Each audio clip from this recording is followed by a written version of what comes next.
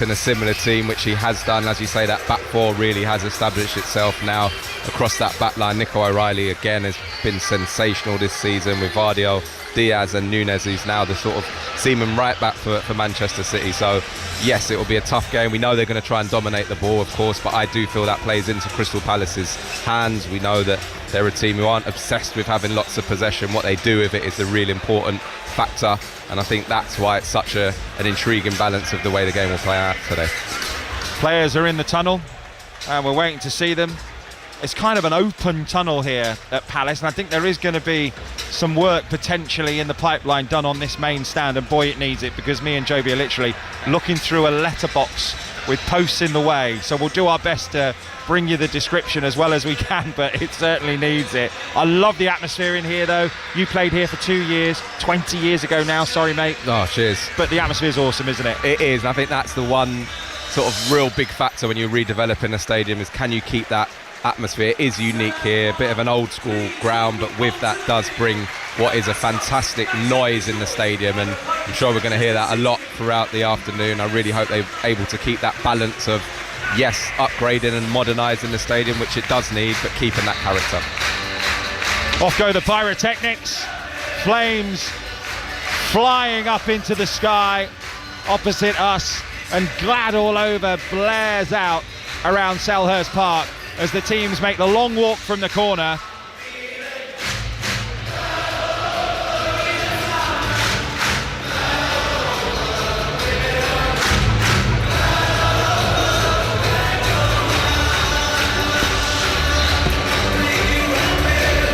So just that one change then for City that we told you about. Doku's going to be a big miss, as Joby's just said. 5 from the win over Shelbourne of Ireland in midweek in the Conference League for Palace. In come Henderson back in goal. Mateta, Sarr, which is a big plus to have him back before he goes to AFCON. And then Mitchell and Klein out. Benitez, Deveni, Sosa, Nketiah and Uche. Sarr for one last go is a big plus, and Glasner has hinted at that in his pre-match interviews today.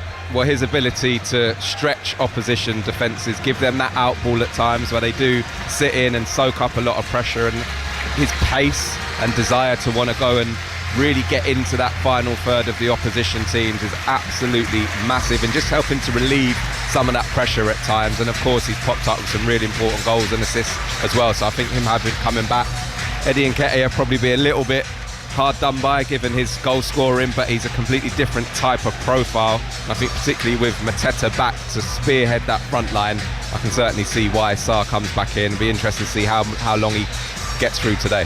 There's usually goals in this fixture. Some of the stats around it are pretty extraordinary. City's record obviously better, but I think there's been 2-2-2 draws and then a 4-2 and a 5-2 for City in the last 4 matches. Set up very, very nicely. Let's hope you haven't just jinxed us for a 0-0 here. Yeah, fingers crossed. The FA Cup win, this is the first time they've met since it, the win for Palace. Does that have any bearing on what happens out there today or not? I don't think so. Listen, I was very fortunate enough to be there and to see the emotion, and you know, for a football club that hadn't won a major trophy as big as Crystal Palace, and I know that from playing here, was absolutely fantastic. Is there a little bit of sweet revenge maybe for Man City because of that? Possibly, but clearly for them the Premier League is their priority this year, chasing down Arsenal, who just about got over the line with 3 points yesterday. So I think for Palace it's one of those situations that gives them that belief as a football club, is that they can go and compete on the big stages in the big games, and they did that, obviously winning that trophy last year. They're swapping ends after the toss of a coin. Darren England just getting his cards ready in his pocket there, and City in their grey and fluorescent green kit today. I kind of like it. Some people say they look like stewards. I really like it. I like the kit. And Palace, of course, in their red and blue stripes, blue shorts, and then blue socks. So both teams are into the huddle. What's getting said in there? Who led yours? You ever lead these? Yeah, I did on a number of occasions. It's just about making sure that you start the game well, John. You know, whatever those messages have been before the game, you know, really try and come out the traps. For me, it was go and play in the opposition half, make sure we don't take any risks to start with, and actually go and put that opposition defence under a little bit of pressure and test them early in the game. I certainly expect to see Crystal Palace come and do that at the start of this 90 minutes. Dean Henderson in goal, and then the three, Richards, Lacroix and Gahey, have been so successful, only conceded 12 goals in the Premier League. Tyrick Mitchell and Nathaniel Klein, the wing-back, so they will miss Munoz. Kamada and Adam Wharton, so important in the centre of midfield as we're underway, and it's back with Dean Henderson, all in orange. And then they've got Pino and Sarr, the other side of Mateta, who is up the top as they launch it long. Palace and Manchester City deal with it. First touch of the ball for Erling Haaland, and then they're trying to get hold of it. Mateta is running through. Pino maybe is going to get through there, but the offside flag has gone up, and it will be a free kick for Manchester City in their own penalty area. They've got Donnarumma in goal, and then Nunez at right back, Diaz and Gvardiol and O'Reilly. Nico Gonzalez in that pivot with, of course, Rodri and Kovacic missing, and then Bernardo Reinders, Foden and Cherki. We'll wait and see how they settle into a 3 or a 4 or whatever you want to say, and then Erling Haaland, of course, up the top and through the middle. What are you seeing in terms of shape early, Joby? Well, yeah, certainly from Crystal Palace's point of view, we just saw a little snapshot there. Mateta really occupying the two centre halves, and then Sarr and Pino being sort of really narrow of that front three. Early chance here, and they're in possession here, City, and here's a big opportunity on the right hand side with a chance maybe to shoot at goal. Still got it, shot from distance, comes in from City, from distance from Silva, still not clear. Haaland wins a header, and then the offside flag is up, and it will be a free kick for Manchester City. But Tijani Reinders had a load of space there on the edge of the box. Yeah, it's something he does really, really well. Just picks up those little pockets of space, and then when he does get on the ball, he travels so well with it, doesn't he? Just picks it up and almost glides over the surface. We're just looking at Manchester City's lineup. It certainly does look like Phil Foden's going to be high up on the left. Just looking at Bernardo Silva now, I think potentially being a little bit higher than Cherki at this moment in time, but it's interesting in this day and age. I think formations are so fluid these days. You know, you talk about me playing here 20 years ago, which is crazy, but they were very much set in stone. You know, you'd start a game and know exactly where you were. We're here, players interchanging, popping in and out of different positions. City, obviously one of the best teams to do that. Crazy because you're just so youthful looking. That's what's crazy about it. Except the grey hair. Nothing wrong with that, mate. Nothing wrong with the Silver Fox. Platinum Wolf. City in possession. Some good defending though, but given away. Tijani Reinders, 10 yards inside the Palace half. They've got it on the right halfway line.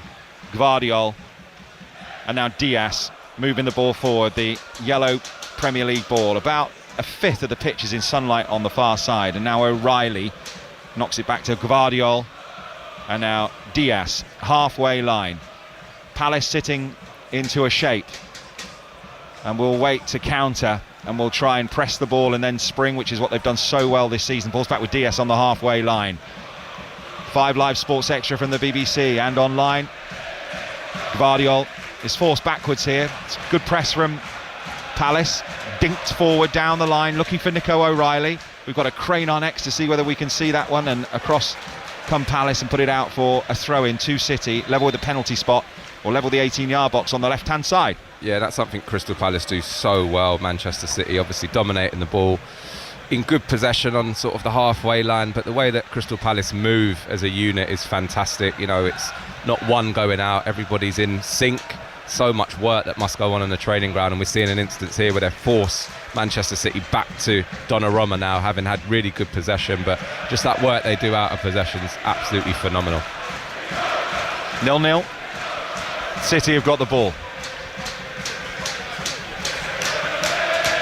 Bringing the ball through the middle of the pitch is Gonzalez, Nico Gonzalez on the halfway line. He's forced to turn back by Mateta. Goes square though to Diaz, centre circle. Dribbles with the ball forward, little drag back, and pushes the ball out to the right hand side to Nunez. And City being forced back once again all the way to their goalkeeper Donnarumma, who is in green with an orange stripe down the side. Gonzalez thinking about a forward pass, goes short. First touch of the ball for Foden into his feet, and now Gvardiol, but only on the halfway line. They're going to be forced all the way back to the goalkeeper again here. They've got to be patient, Manchester City. Yeah, again, really, really good play from Crystal Palace. Just interesting here, Rayan Cherki is really, really wide, probably wider than I thought he might be at times. Bernardo Silva, who's sort of occupying that number 8 attacking midfield role, he's the one who's really central, and he's sort of trying to go in against Mark Gahey to be that extra midfield runner. They've gone long this time, but it's too straight, and Lacroix just lets it go through to Dean Henderson. They have done that a bit more, City, this season, haven't they? Yeah, absolutely. And again, I think that's another evolution, really, when it comes to Pep Guardiola. He is the master, isn't he, at finding different ways of setting his teams up, depending on the personnel. And I think he certainly is getting the best out of this group at the moment. Maybe a few question marks defensively still over that team, but what you cannot ever question is what a force they are attacking wise, and they've got so much talent, haven't they? I was surprised he went for Cherki, I've got to be honest, but he seems to have been able to give him the platform and the freedom that maybe at times he hasn't afforded other flair players, as you will, in the past, because they seem so wedded to being disciplined in their structure. City in possession on the halfway line. That's the voice of Joby McAnuff. And my name's John Akers, by the way. I didn't introduce myself at the start. And it's a throw in here for Manchester City, 10 yards inside the Palace half on the left, right in front of Pep Guardiola. Long blue coat, hands in pockets. And his counterpart, Oliver Glasner, trainers, puffer jacket. Still haven't taken this throw in. Long throw in taken towards Haaland. Header won by Palace.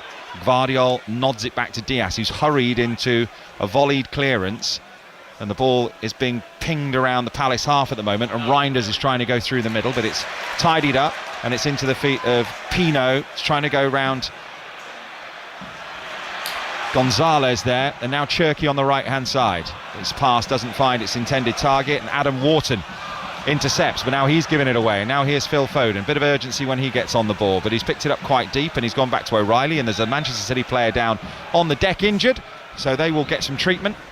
It's Gvardiol who's gone down in a heap, and he is not moving. No, he seems to have a big clash with Sarr. I think it was, ball gets rolled into him. Oh yeah, he does take one. Sarr's trying to protect the ball with his back to play, and as you do sometimes, you get your arm up to just try and shield the ball, and it's a flailing arm, I've got to say. No intent in it whatsoever, but has caught Gvardiol flush right in the face. He's gone down, still down at the moment, but again, for me, no intent whatsoever from Sarr.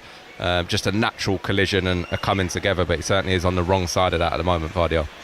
Yeah, it was. It's quite a bash, wasn't it, with the forearm? Completely unintentional, as you said. Mateus Fernandes has scored for West Ham. It's West Ham 1, Aston Villa 0. We'll keep you up to date with all the other goals as they go in. That was scored in the very first minute of the game across London.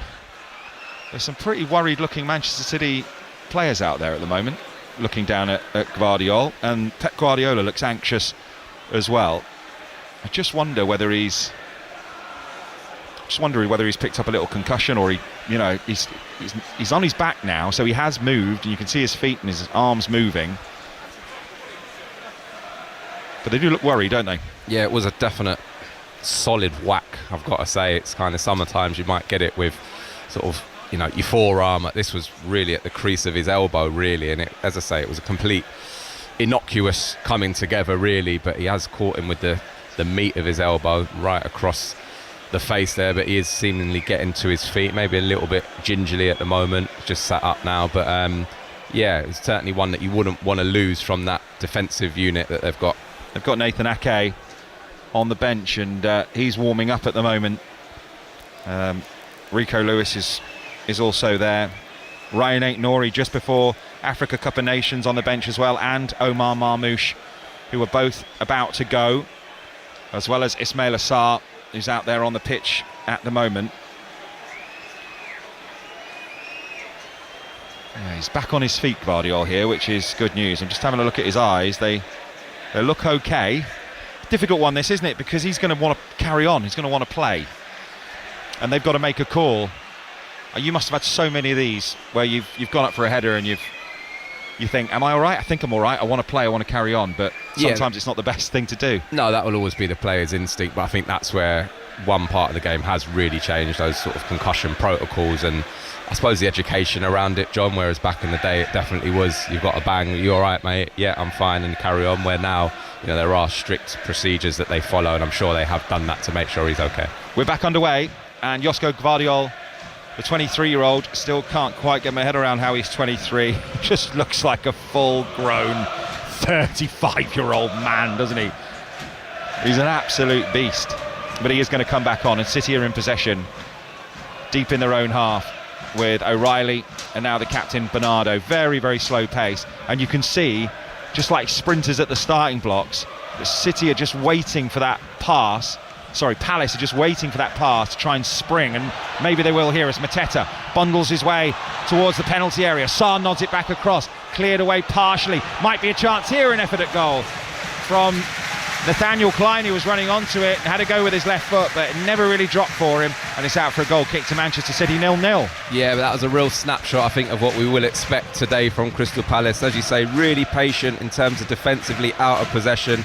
They force an error. It's just a ball, hopeful ball, not forward, and that's what Mateta does so well. He just occupies the centre half so they can't win it cleanly. They don't deal with it. Bounces out to the 18-yard box. Nathaniel Klein, great position.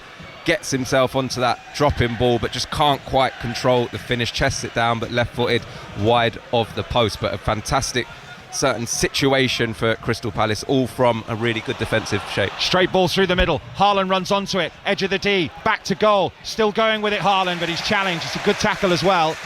And Palace will try and spring, but Núñez has picked it up for City. He just had for a half a moment there.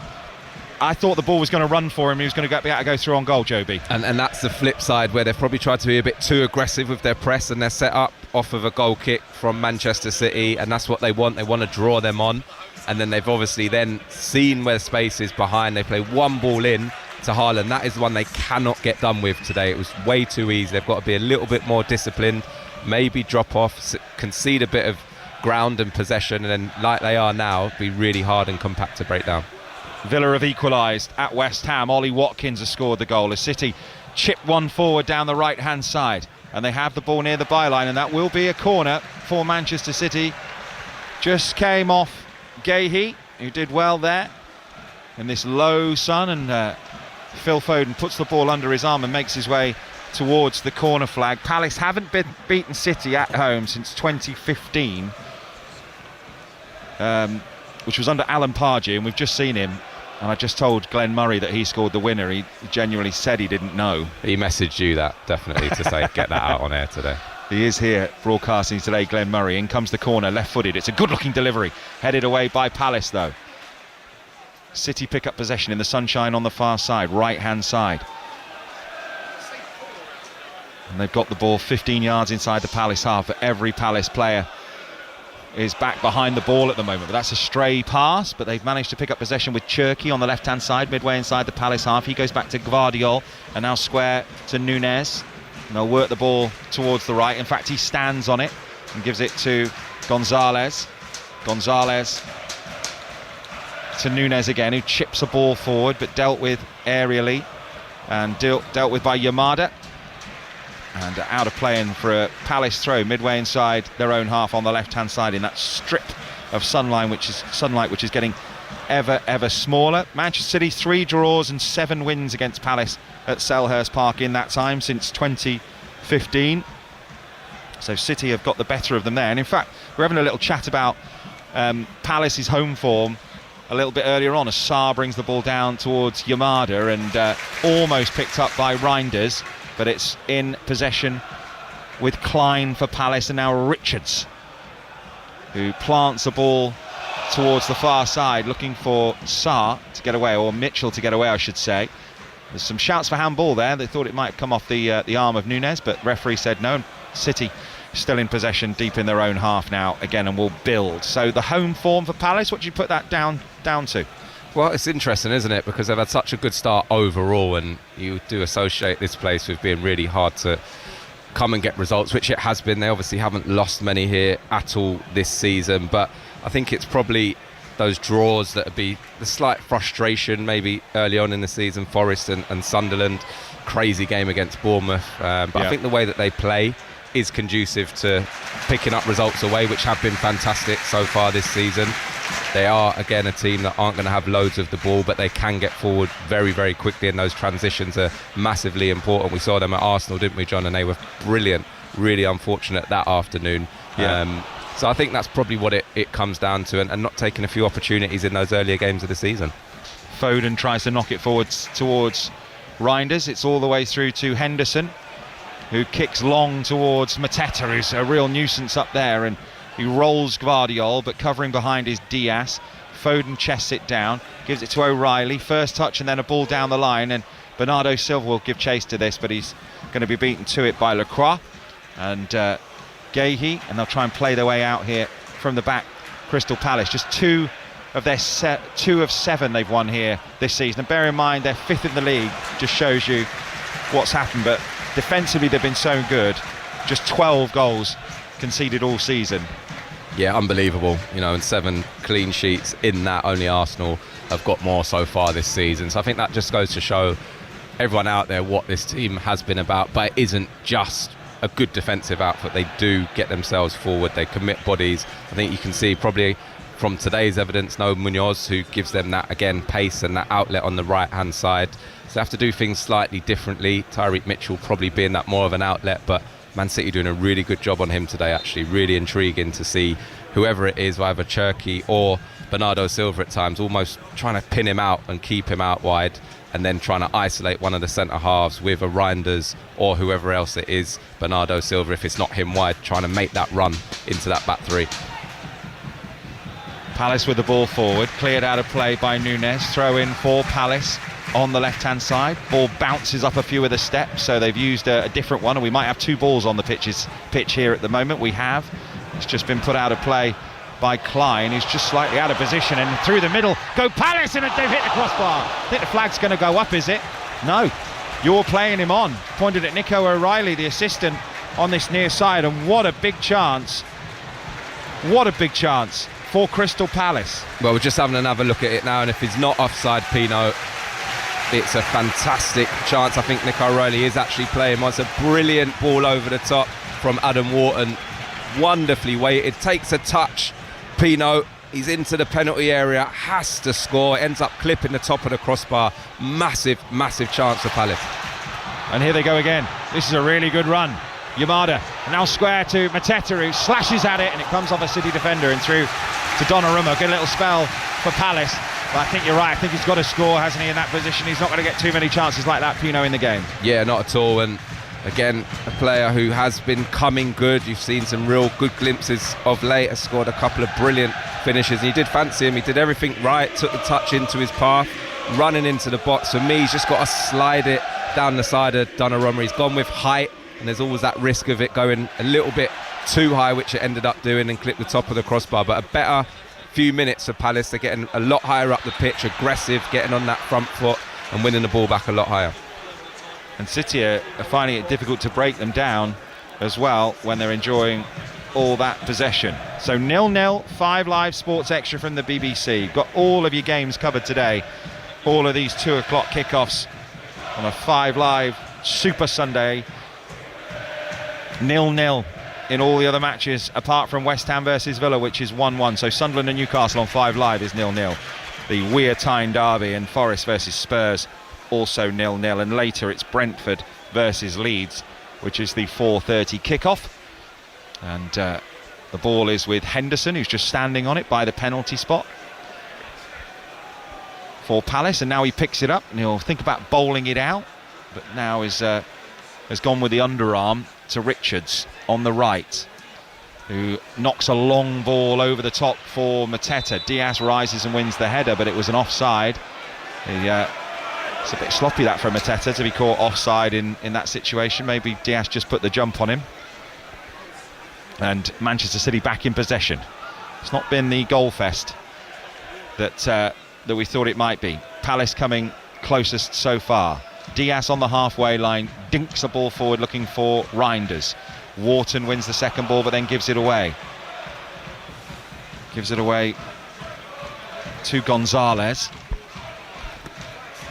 Now Gvardiol, Diaz in the centre circle just inside the Palace half, and now Foden with a little bit of space ahead of him decides to try and play in Nico O'Reilly. That's not the best ball from Phil Foden, and it's had a play for a goal kick for Crystal Palace. He's been in such scintillating form. Phil Foden scored in his last 3 in the Premier League. He's been terrific. Yeah, and it's great to see him back to his best, isn't it? I think someone who I certainly enjoy watching. Maybe a dip in confidence. It's amazing players at that level, it can still affect them as much as it did to him, but definitely looks back to his best so far this season, and every time he gets on the ball looking likely to make something happen. Henderson with a poor kick, And City play the ball forward, but it's dealt with by Yamada, and back to Henderson, who bowls it out down the left-hand side, and Mitchell with a good first touch, and then it almost goes through the legs of Bernardo Silva, but City have got possession back, and now they've had it robbed by Pino, running through. This is a really good run from the Spaniard into the penalty area. This is brilliant from Pino, and he goes down. I think he was just out-muscled there rather than it being a foul, although that's what some of the supporters here at Selhurst Park were calling for, and it's through into the arms of Donnarumma. Yeah, but again, really good work in terms of the press, getting high up the pitch. Pino actually wins the ball back, and then he's off. He's driving into the box. Manchester City players scared really to dangle a leg, close control, takes on one, and then just loses his footing a little bit and gets snuffed out. But another little warning sign for Manchester City when Crystal Palace are able to win the ball high. They're so direct, no messing about. They're just heading straight for that box to try and create an opportunity. Mateta takes it down on his thigh, but slightly heavy touch, brilliantly won back by Wharton, and then played forward by Sarr towards Mateta, but he stretched and couldn't quite get there. He's been carrying a little knock, Mateta. I'm not sure how many minutes he'll get, but he's certainly causing or asking a few questions of Diaz back there and of Gvardiol. Yeah, I think he does it as good as anyone. I look through the Premier League and think in terms of one player's importance to a team, I mean, he's got to be up there, hasn't he, in terms of how they play, just that outlet, the physicality that he brings, and of course his goals. Of course we talk about Haaland and what he does in terms of his output, but I genuinely feel Mateta is right up there. When he doesn't play or when he's not on the pitch, they are a completely different proposition. Good from Bernardo Silva, the City captain, plays it to Gvardiol, and now maybe some space for Nico O'Reilly down the left-hand side. Nice feet from O'Reilly, corner of the penalty area. Toe pokes it inside, back to Gvardiol. Little touch from Wharton, he's so good at that. Now back to Bernardo, standing on the ball. City midway inside the Palace half, just knocking the ball about. They've had to go back though again. Gonzalez, and now Diaz plays a straight ball through the middle. First touch from Haaland, trying to play in his teammate just around the corner. They've won the ball back after Palace ran the ball up the pitch. Bernardo goes back to Nunez, and now Cherki, lip of the centre circle, dinks a ball over the top looking for a run of Reinders, who tries to get there first time with an effort. Does it come just off Reinders, that, or a Palace defender?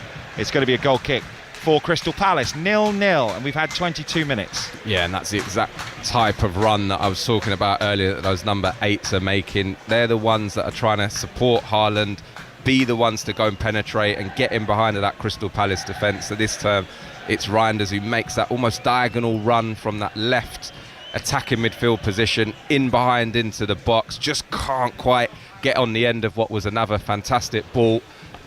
But again, looking like that is definitely something that they've worked on today, trying to get themselves in behind that Crystal Palace back three. Wharton with a clearance for Crystal Palace.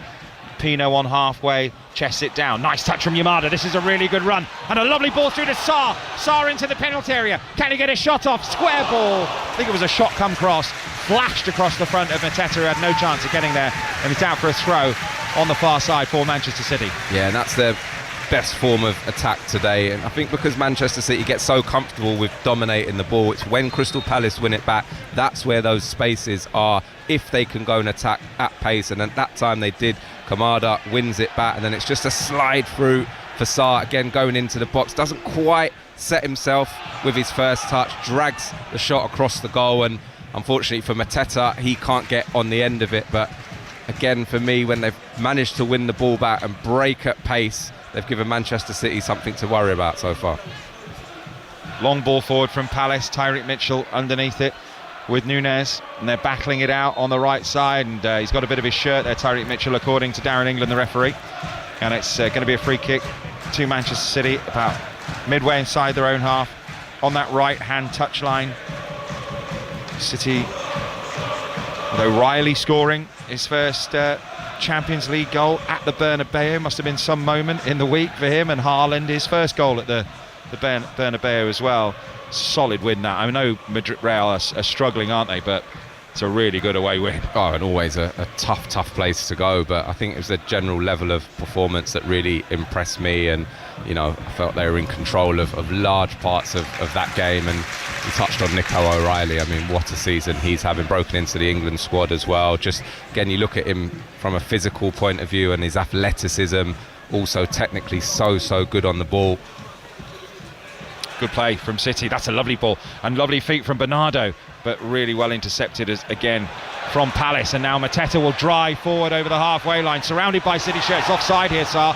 Flag will go up. He's going to probably get a chance to put a shot on goal, and now an effort which is saved by Donnarumma, but we were right in line with that, and he was a good yard offside. And the referee, Darren England, says play on, and City have possession 5 yards inside their own half. Yeah, it was always offside. We could see it. We were probably right down the line of it, actually, and it's one of those situations that the linesmen seem to wait for an eternity before they stick the flag up when everybody else in the ground can see. And actually it's ended up with Crystal Palace having a few players out of possession. They've managed to get themselves back in now and be that hard block to break down. City win the ball back. Here's O'Reilly, halfway line, left-hand side. Just 20 years of age, Nico O'Reilly, but as Joby was saying there, what a season he's having so far. It's an important one, this, for City. Of course, it's not must-win at this stage of the season. Brilliant feet from Cherki, who puts Nunez in on the overlap. Good-looking cross towards Haaland. Might come for O'Reilly. Thinks about striking it. His first touch isn't the best, but he dinks it back into the penalty area. Headed away. It's the most room City have had in and around the Palace box so far in the game. But now they're back into their shape, Palace. Cherki. Now Gonzalez, intercepted by Tyrick Mitchell. And Diaz just here on the halfway line. Good feet. And now Foden, he's had to drop deep to get some possession. Knocks it back just inside his own half to Nico Gonzalez. And now on the left-hand side, it's Gvardiol. And now O'Reilly again, who's forced back. But the ball just wouldn't come to him, O'Reilly. He fancied a volley, didn't he? Yeah, as it was dropping, you were just thinking, is he going to come onto it and hit it first time on that left foot? But it just never quite fell kindly enough, I think, for him to be comfortable to hit it. He would have had to hit it first time. But again, just going back to Palace now, they do so well. It's a back five and then almost end up with a four in front of it at the moment. They just have a couple of players out of position now, Sarr and Pino, who are the wide ones that drop in and make that four across alongside Kamada and Wharton, and there's just zero space really for City to go through. They're being forced wide at times. Palace fairly comfortable with that at the moment, aren't they? Yeah. Nunez on the right hand side, level with the 18-yard box, again forced to go inside. Can there be some magic from Phil Foden? He switches the play and he's overhit it, but that's a lovely first touch from Gvardiol to keep it in possession. 0-0. 5 Sports Extra from the BBC. Nico Gonzalez with a run forward. Can he find Haaland? Free kick. Ooh, it's a soft one. It's a soft one. We'll have to watch it again. It was Chris Richards, and they've got a free kick in a really dangerous position here at Manchester City. I think soft is putting it kindly there, John. I think he knew exactly what he was doing there, Nico Gonzalez. There was no real space. He took it upon himself to go on a little bit of a run and sort of ran into 2 or 3 Crystal Palace bodies and literally did that, ran into them. I don't think there was a real challenge there from Richards. I think it's just a matter of him understanding that his space was being closed down. There was nowhere really for him to go. He just takes off and then sees Richards there and almost jumps into him. There's nowhere for Richards to go. He can't make his body disappear. So I think it's a real harsh decision in a really dangerous position now. What are we, probably 25 yards out to the left-hand side of that penalty area. Perfect for a right footer, you'd think, this one. They've got only three in the wall. It's a massive wall, though, to be fair, that Palace have put together with Mateta in it. And it looks like Cherki is going to fancy this with his right foot, I reckon. It's a position where you could cross. Foden's there again with his left as well, just to give the keeper something to think about. Big moment. 28 minutes of the game gone.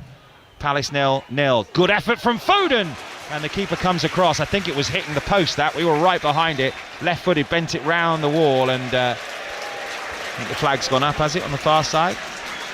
Well, the ball went out of play, and it's a goal kick, I think, for Palace. Yeah, good effort there from Phil Foden. As you say, he sort of whips it round the wall rather than over it, and you think if he's got to put it that far wide, then Henderson should be able to get himself across, but obviously the wall is covering that side, so he's got a bit of ground to make up, Dean Henderson, but he does it really, really well. Another player who's come up with some massive moments. I think what he's done really well this season at key stages in games. You think about that Burnley win, obviously the narrow one over Fulham as well recently. He's come up with some massive moments in those games. I was kind of hoping we get that sort of game, but I don't think we are, unless a goal might spark it spark it to life, the 5-4 that we had. Big up and under from Manchester City for Erling Haaland to try and run onto. Gahey's there with him, wins the header, and then completed clearance from Lacroix. Nico O'Reilly's first touch just lets him down, and ironic cheers from the crowd, and it's a throw in on the halfway line to Crystal Palace on the right. And Bowen has scored for West Ham United. It's West Ham 2, Aston Villa 1, and Forest have scored as well. Callum Hudson-Odoi.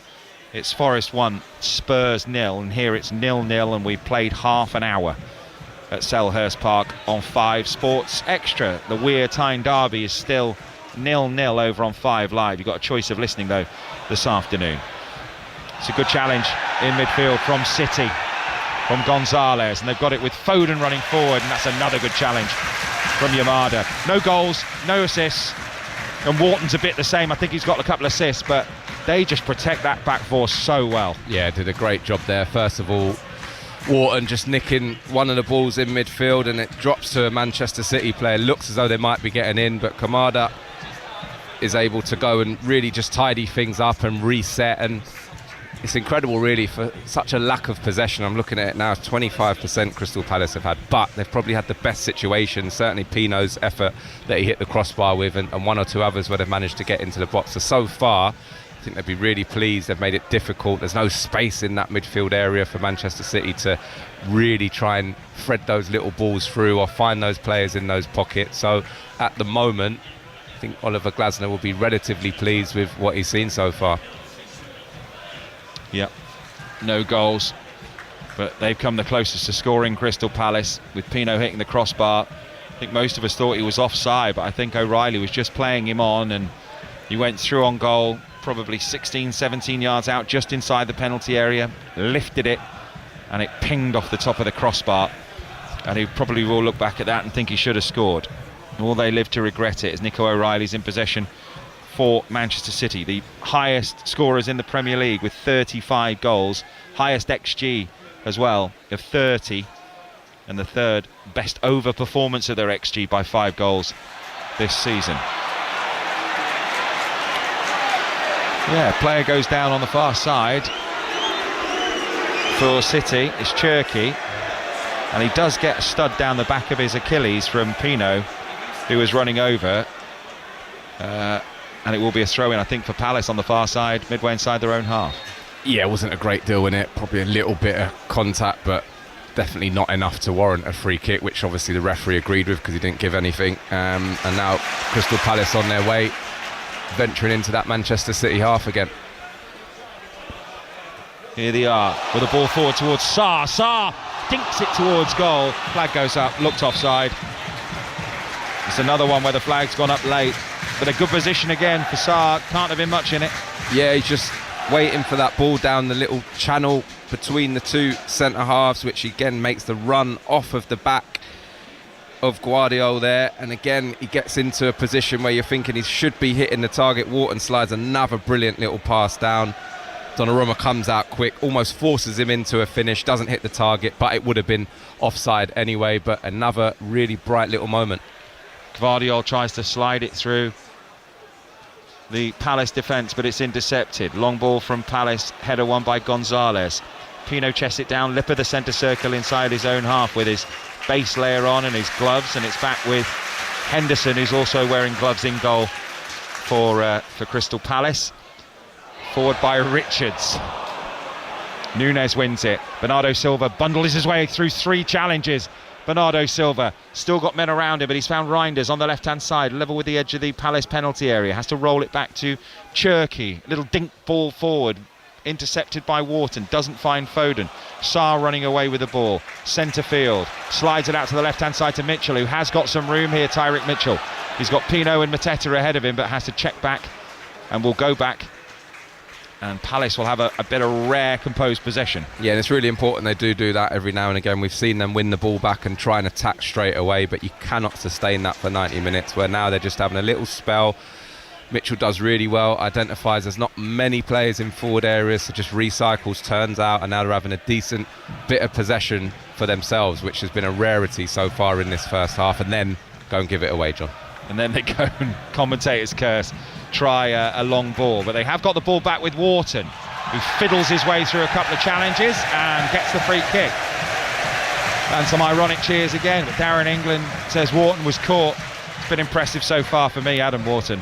Yeah, what a fantastic player he is. Just someone I saw a lot of at Blackburn Rovers, and there was a few question marks over whether he can step up. Maybe people look at a lack of athleticism at times, maybe more so without the ball, but when he has got it, he is just so good at seeing the picture, knowing what pass is on at what time. If he's under pressure, he'll play one touch. If he can turn, he'll turn. And we've seen it twice already today. I mean, the ball for Pino, there's not many players in the Premier League that would have seen it as early as he did and been able to execute it, you know, with the touch and finesse that he's got. And that time there, just travelling with the ball, draws one or two Manchester City players towards him, then pops it off and gets the foul in a really good area now for Crystal Palace. But someone I've enjoyed watching for a long time now, and just been great to see his step up to the Premier League. Pep Guardiola will definitely be having a look at him. He'll be on his radar, no doubt, I would have thought. I think all the top clubs will, you know, given what he's done.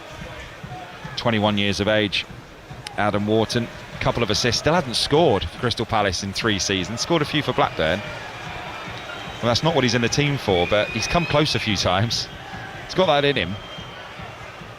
Ball dinked forward by Pino from the free kick. Richards will knock it back across. Comes off a City defender. Little backwards header in the low sun. Yamada heads it on. Up and under. They won't be comfortable under this, Manchester City. Wharton does strike it.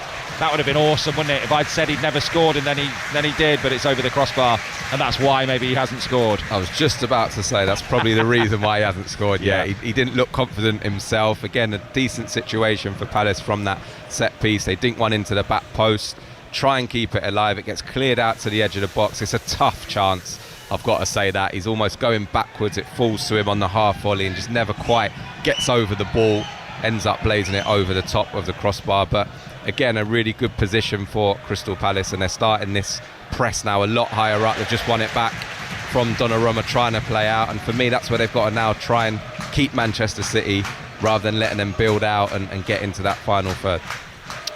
Yeah, just comes off the back of a City player and of a Palace player rather, the clearance, and it's going to be a goal kick for Manchester City, and they're just literally waiting on the blocks on the edge of the penalty area, waiting to spring the press here. And let's see how City play out of it.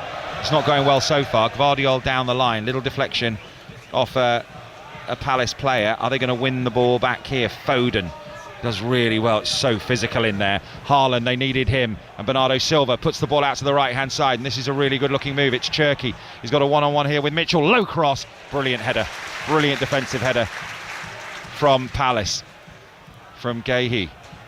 And they've won the ball back here, Palace, on the left hand side, and the referee says there was a foul, and it will be a free kick for Manchester City. Nunez is the man down on the deck. So midway inside the Palace half, Manchester City have a free kick, right hand touchline, 0-0. Yeah, and it's Pino again who was involved in one a few minutes ago. Again, probably goes in this time a little bit too aggressively to try and close the ball down, doesn't get anywhere near it and hits into Matheus Nunes. That one definitely was a free kick, and now they're having to defend a situation right out on the far touchline there, looking to see who's on the ball. I think it's Cherki at the moment. Got some real threat in the box, haven't they, really, when you look at it now? The likes of Haaland, Diaz, spoken about Nico O'Reilly as well, his physical profile, Gvardiol as well. Free kick then for City is drilled into the edge of the penalty area. Header won by Gonzalez, clear by City, further clear by Wharton. Pino first touch, has the ball taken off him. City in possession. Nunez aiming a diagonal. Will the ball fall here for Bernardo Silva, who's scrapping underneath it? The City captain, it's Cherki actually. And City have it way back on the halfway line, with now every Palace player back behind the ball. Here is Bernardo Silva in the centre circle, runs forward determinedly with the ball. Gvardiol, Foden, now Diaz spreads the play out to the right hand side to Nunez. They'll have to be patient again here, Manchester City. Bit of last Christmas player now. Gvardiol, Diaz. Again, they're ready to spring here, Crystal Palace. Their best start to a Premier League season in their history. Ball knocked back to Donnarumma in the sunshine. The low sun will be difficult for him at the minute. I think that's why probably whoever won the toss, I think it might have been Palace, swapped the ends. And now here's City in possession with Gonzalez, plays the ball through, a bit of space for Reinders. He's got some options here, Reinders. He's got runners ahead of him, Haaland in the penalty area and Foden. He's gone to Cherki, who cuts on his left foot, plays it back to Núñez. Haven't come down the left in a long time here of Manchester City. Now they're in possession with Núñez, with that bandage on his wrist, his left wrist. He's got a chance to cross here, deep. Haaland with a header, goal! It's that simple, and he's done it again. Erling Haaland, extraordinary. 16 games, 16 goals in the Premier League. It was a good cross, got in between two defenders, and City lead again thanks to that man Erling Haaland. It's Palace 0, City 1. Well, what more can we say about just this absolute goal scorer extraordinaire? He's hardly been in the game, has he? Barely touched the ball, but as soon as a bit of quality comes into the box, and it was a brilliant cross, he's just got that ability and that knack of knowing where to be at exactly the right time. It's a fantastic delivery from that wide area. It gets set back. I think it's Núñez who just whips the ball in and just pulls off of Chris Richards, who is right of that back three, just in that 6-yard area, and it is an absolute textbook header back across the goal. Henderson at full stretch cannot get anywhere near it, and it goes into that far bottom corner. A brilliant striker's finish from the best there is in the business. So good, so impressive. Erling Haaland with the header. They just focused on Pep Guardiola, and I love it when managers head and kick the ball for their players, and he did exactly that as the ball's played through towards Mateta. But it's overhit, and it goes all the way through to Donnarumma, who picks it up. I mean, what do we say about Erling Haaland? That's his 7th goal in 5 games against Crystal Palace. His record is extraordinary. That's his 25th goal in all competitions of the season in 26 matches. It was crazy, isn't it? Because you think, just from an odds perspective, he's effectively playing against 3 centre-halves and a ball coming in the box. You think somebody's got to be favourite to go and win it. But as I say, just that intelligence, which I think something that doesn't get spoken about him enough, and that understanding of where to be, and then the ability, of course, to stick it in the back of the net. Kamada does well, but can't set Sarr free, and O'Reilly comes across and picks up possession. City leading by a goal to 0, 5 Sports Extra from the BBC. West Ham 2-1 up against Aston Villa, and Nottingham Forest 1-0 up against Spurs. It was Matheus Núñez with that cross, and it was pinpoint. I guess that's what happens if you've got basically a forward player playing at right back. You know, you are going to have problems defensively from time to time, I would have thought, but you can provide quality like that. Really good ratting from Palace, who win the ball back. And on halfway line, it's Guéhi. Slides it forward. Good feet. Little dink over the top. Mateta lets it roll across his body. Out comes Donnarumma. And we wait to see if a penalty's given. Play goes on. Klein whips it back in. Pino was running in. They still want this penalty to be checked. He's waved his arms, Darren England, to say no penalty. The flag didn't go up. I thought it was going to go up for offside. I don't know what Donnarumma was doing. He looked favourite all day to go and get that ball. I think he did a really good job, actually, John, of making up that ground, because I think as the ball got played over it, I felt like Mateta would get onto the end of it, but it seemed to skip off the turf. I think that gave Donnarumma then that decision, do I come, do I stay? And he actually, I think, made the decision at the precisely right time, because he just about, in my opinion, got enough on the ball to knock it away from Mateta. Bit of spin on it, I think, wasn't there? Here is Mateta again, who puts in a shot. Donnarumma, it wasn't much on it, but he still had to be at full stretch to his left-hand side to put a big glove on it. We're going to see it again here. Who gets there first? He does get there first. He does do well. You're absolutely right, Joby. He gets a big left hand to it just before Mateta gets there. And if he hadn't, it's a penalty. Yeah, well, he knocks it onto Mateta's foot, and then there is the collision and the contact, which Mateta then goes down. So again, really good decision from the referee to allow play to go on in the first instance. Some space for City and for Reinders running forward. Now Palace maybe will have to go and chase a little bit. Reinders running through and goes to ground and wants a free kick. And Darren England says no. And Palace have got possession with Wharton. He flings his arms out to the side as if to say, where were my options when I had the ball there?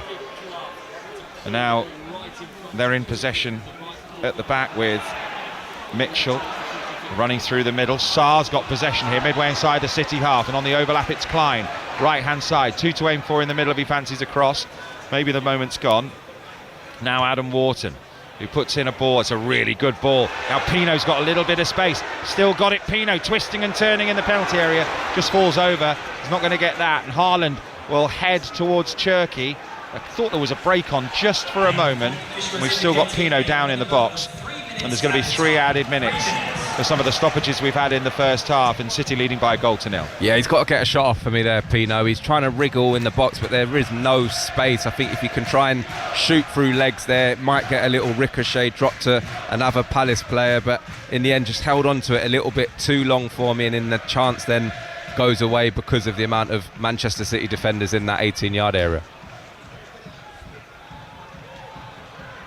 City in possession with Foden on the halfway line, running towards the left-hand side. Checks though, goes back to Gvardiol. And now Reinders. Foden again, bobbing our heads up and down to look through this letterbox that we've got with the posts in the way. Nice little touch from Haaland, tries to set away Cherki through the middle, but it's intercepted by Palace. City have the ball back though near the halfway line on their right hand side, leading by a goal to 0 thanks to that header from Erling Haaland, trying to keep pace with Arsenal after they squeaked through against Wolves yesterday. The gap 5 points before this match, and it is 2 at the moment. It's obviously not a must win for City, but if they finish the weekend 5 points adrift of Arsenal, it's big for Arsenal. Yeah, they want to keep that pressure up, and I think you're starting to see a few little signs from a little bit different side of London to where we are today of, I wouldn't say nervousness, but definitely weren't at their best yesterday, Arsenal, but they found a way to win, which you have to do when you're not quite at your top level, as Manchester City haven't been so far today. But with that man in the team, they've always got a chance. I just love the simplicity of it. I think we live in a world where we almost overcomplicate football at times, but a good cross in the box with someone who wants to go and head it, you get yourself 1-0 in the lead. It was brilliant. City going down the right hand side. It's the man who's crossed it who's in possession, Nunes, on that far side. Goes back to Bernardo, now inside to Phil Foden near the halfway line. Diaz, good football this from City. Foden again, midway inside the half, lovely football. Bernardo almost collects the ball in the penalty area, but it just evaded him, and Lacroix managed to clear into the feet of Jean-Philippe Mateta, who does a really good job of holding up possession. And now Wharton will run forward with the ball. He checks eventually, but he's still going with it. Adam Wharton then gets it taken off him by Erling Haaland, and now they might break here, City, if they show a bit more urgency. We're in the final throes of the first half, and City lead 1-0. Cherki out to the right hand side. City in possession with Reinders. It's come off a Palace player, and it'll be a throw in right by the corner flag.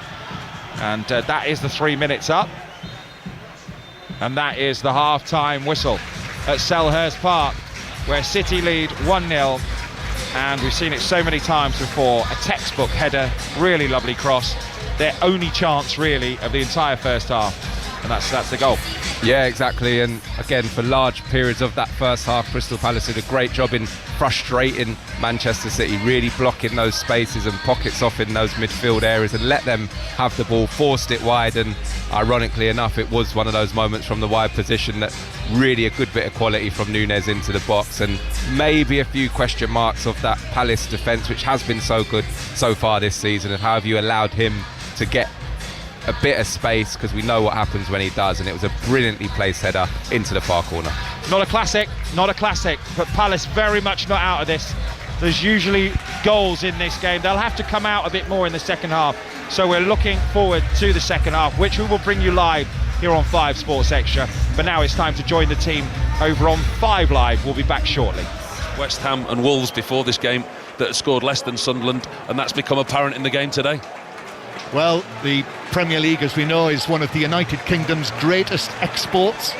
I think all around the world, in bars and in homes, they'll be watching this and probably at half-time saying to one another, that was rubbish. However... That's a bit harsh, John. Well, but however, inside this stadium, honestly, everyone's loving it. Sunderland 0, Newcastle 0. We'll be back shortly with the guys at the Stadium of Light. Half-time in Palace, Man City. Chris Wise. And Erling Haaland's goal divides them 16th of the Premier League season for him, and all off the back of Manchester City truly struggling to create. But this Erling Haaland goal, I feel like we've seen 50 times before. And Mateus Nunes cross, brilliantly accurate from the right-hand side. Haaland peeling off the back of Chris Richards, 7 yards out, planting his header back across goal, and that was the only genuine chance that Manchester City have had in this game. 4 minutes before half-time. Palace have created more, and they've hit the crossbar as well through Yeremy Pino, who probably should have scored, if truth be told. So Oliver Glasner's team will be feeling slightly rueful that they're behind in this game. Palace 0, Manchester City 1. West Ham on course to climb out of the bottom three as it stands. Half-time at the London Stadium. Aaron Paul. Decent little watch this, Steve. West Ham 2, Aston Villa 1. We've had the Premier League's fastest goal so far this season. 29 seconds in, Villa caught playing out from the back. Ezri Konsa robbed by Mateus Fernandes, who curled past the goalkeeper from a tight angle. The visitors, though, bagged their equaliser 8 minutes later. John McGinn, sumptuous left-footed cross. Ollie Watkins battling with Mavropanos, and the header nestling into the back of the net, with it being deemed an own goal by the Hammers defender. But West Ham able to retake the lead. Diouf's ball cleared to Pot, whose shot was diverted into the back of the net by Jarrod Bowen. Villa have offered very little in this first half, and that's why they're behind. West Ham 2, Aston Villa 1. What about Forest? Still on top against Tottenham. Half-time, Rob Law. Nottingham Forest 1, Tottenham 0. Sean Dyche's side deserved their lead at the break. Ibrahim Sangare's header hit the foot of the post early on before Callum Hudson-Odoi scored his first in 18 games. Spurs only have themselves to blame. They were caught trying to play out from the back. Sangare robbed Archie Gray and put it on a plate for Hudson-Odoi to finish. Forest could have had more. Gibbs White went close twice, but Spurs just can't find any rhythm in this game. Nottingham Forest 1, Tottenham 0 at the break. If it stays that way, then Leeds United will kick off their game at Brentford at 4:30 in the bottom three. We've got full commentary of that following Sunderland Newcastle here on 5 Live. 0-0 at half-time. Paul Robinson, just one thought from you before we move on. From the outside, it's had almost a cup final feel, in that lots and lots of intensity, but that thing in the back of everybody's mind that it's such a big game, don't make a big error. Yeah, I think we've seen two teams who definitely don't want to lose this game.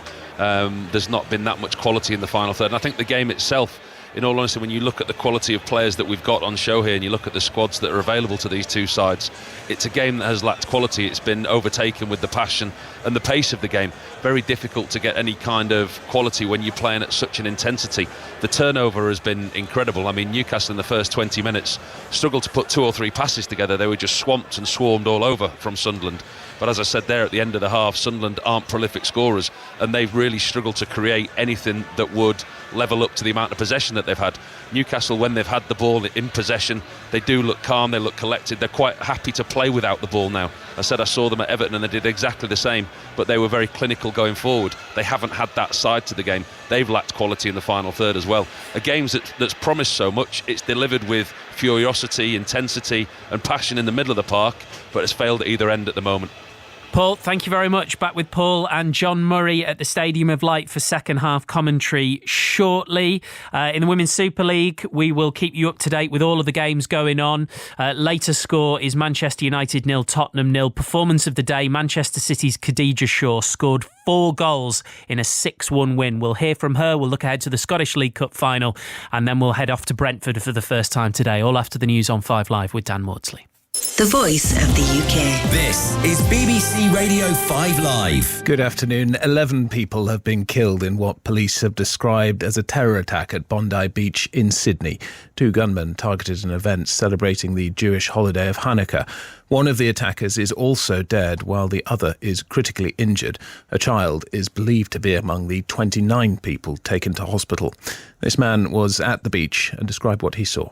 I went over that sort of fence where the car parked, and then the shooting starts. And everyone is running down. And 2 police officers lying down on the ground next to me. I think I fall down and the blood was coming from my hand. Well, the Australian Prime Minister Anthony Albanese has condemned the attack and said his government will dedicate every resource to making sure Jewish people are safe and protected.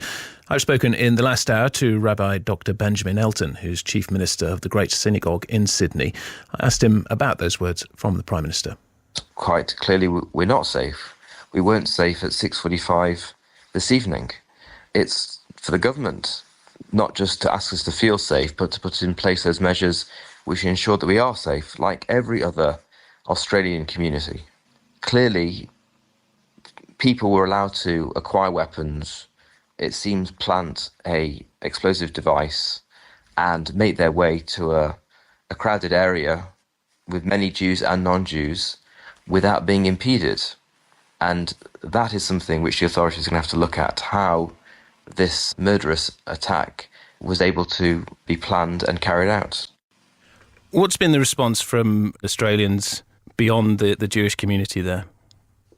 I've been tremendously touched. I've received messages of support, solidarity, concern, condolence from political and civic and religious leaders, Muslims, Christians, and of course Jews. We, along with many other Jews, feel deeply indignant that this has happened to Australia and in Australia, because Australia has been a very, very successful multicultural nation. The First Nations peoples who've been here for 60,000 years, and ways of immigration that have come since 1788 have built up this very successful, not perfect, but very successful multicultural society where people are welcomed who come to contribute and embrace us as fellow Australians. And to see that lacerated by an action such as this is an offence against the whole nation. And as Australians, not just as Jews, we feel very strongly about that. Well, here, Sir Keir Starmer has said the government is working with the Jewish security organisation, the Community Security Trust, on the policing of Hanukkah events in the UK. The Met Police have said they are increasing their police presence and carrying out additional community patrols. We have also just had this statement from King Charles, issued by Buckingham Palace. It reads, "My wife and I are appalled and saddened by the most dreadful anti-Semitic terrorist attack on Jewish people attending the Hanukkah celebration at Bondi Beach. Our hearts go out to everyone who's been affected so dreadfully, including the police officers who were injured while protecting members of their community. We commend the police, emergency services and members of the public whose heroic actions no doubt prevented even greater horror and tragedy. In times of hurt, Australians always rally together in unity and resolve. I know that the spirit of community and love that shines so brightly in Australia and the light at the heart of the Hanukkah festival will always triumph over the darkness of such evil." That message from the King in the last few minutes. We will keep you updated here on 5 Live. There's also continued coverage on the BBC News Live page and on the news stream on BBC Sounds. My Christmas mix is pure 90s festive nostalgia. You know, the Christmas songs you listen to on repeat. No. I'm all about the big hitting Christmas anthems. Merry Christmas, everyone. Come on, guys. What about those tunes that really slay? It's Christmas kitchen disco season, surely. Get all kinds of Christmassy. Just search Christmas music on BBC Sounds. This is 5 Live Sports with Steve Crossman. Listen on BBC Sounds. Half-times in the Premier League: Sunderland 0, Newcastle 0, Crystal Palace 0, Manchester City 1, Forest 1, Spurs 0 and West Ham 2, Aston Villa 1. One game left in the WSL today. Let's check in on Manchester United Tottenham. Sophia Hartley. Remains goalless here, but we've had two very close chances for United. Jess Park's effort is tipped over the bar by Liza Kopp. Then Miyazawa gets a powerful strike from 20 yards out that hits the crossbar.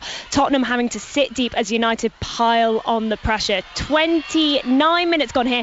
Manchester United 0, Tottenham 0. Other full times: Leicester City 1, London City Lionesses 0, West Ham 2, Liverpool 2, and wins for both of the top two: Brighton 0, Chelsea 3 and Manchester City 6. Aston Villa 1. That game featured 4 goals for Khadija Bunny Shaw, who now has 103 in 120 appearances for City.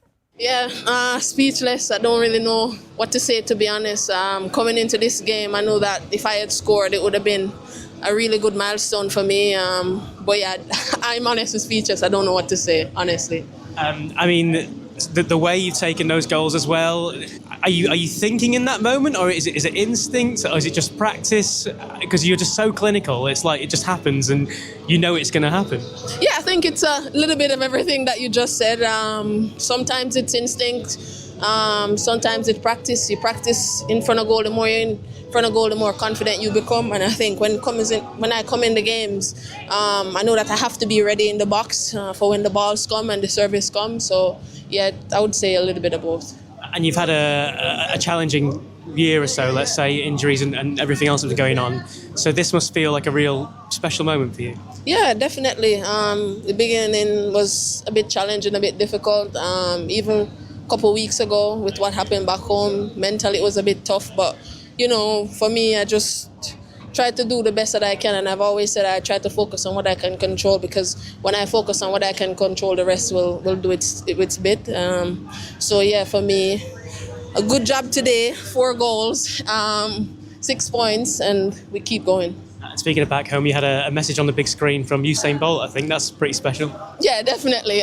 He's a really good friend of mine, always encouraging me, always telling me to keep going, always pushing me. I bet now I score 4, he's gonna say I should have scored 6. But good friend of mine, and yeah, keep going. As friends go, that's pretty difficult to beat. Khadija Shaw speaking to Sani Rudravajulu in Rugby Union's Champions Cup. It's finished. Harlequins 68, Bayonne 14. At 3:15, last season's beaten finalist Northampton faced Pretoria Bulls. Chris Jones. Yeah, ideal conditions here at the Gardens, Steve. Fresh off that crucial away win at Po last time out. Saints back here at the Gardens, where they've been very hard to beat in the Champions Cup. As you say, beaten finalists last season. Loads of the England stars in action. Pollocks at 8, Mitchell and Smith at 9 and 10. Bulls have left some big guns at home, so hard to see them getting too close, but we said that about a few of the results yesterday. So massive game this in Pool 4, and a big one in Pool 2 happening at the same time. We'll keep you across Toulon Bath as well. First silverware of the season up for grabs in Scotland. St Mirren against holders Celtic in the League Cup final. 3:30 kick-off at Hampden Park. Kenny Crawford.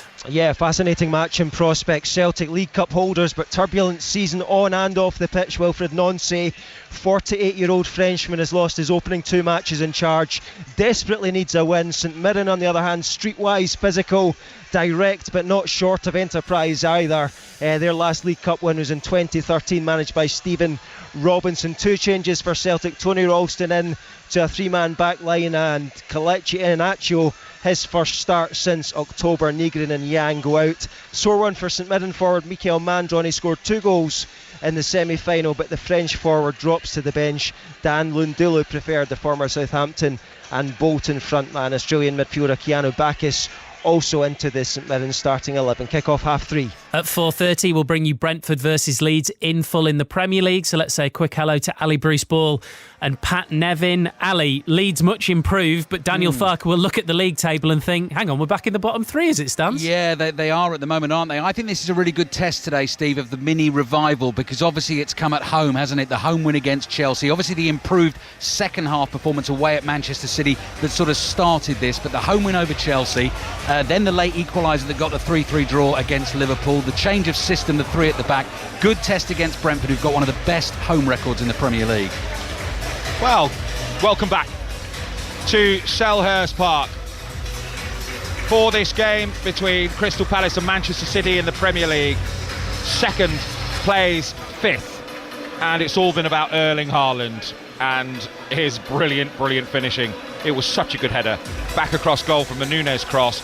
Really the only clear chance that City had in the half. And Crystal Palace, Joby McAnuff has summarised it here today. Crystal Palace should have led through Pino. Yeah, it was a really good opportunity for him. We said at the time, didn't we, it's probably one of those they'll look back on and regret missing, and it was the best chance of the first half.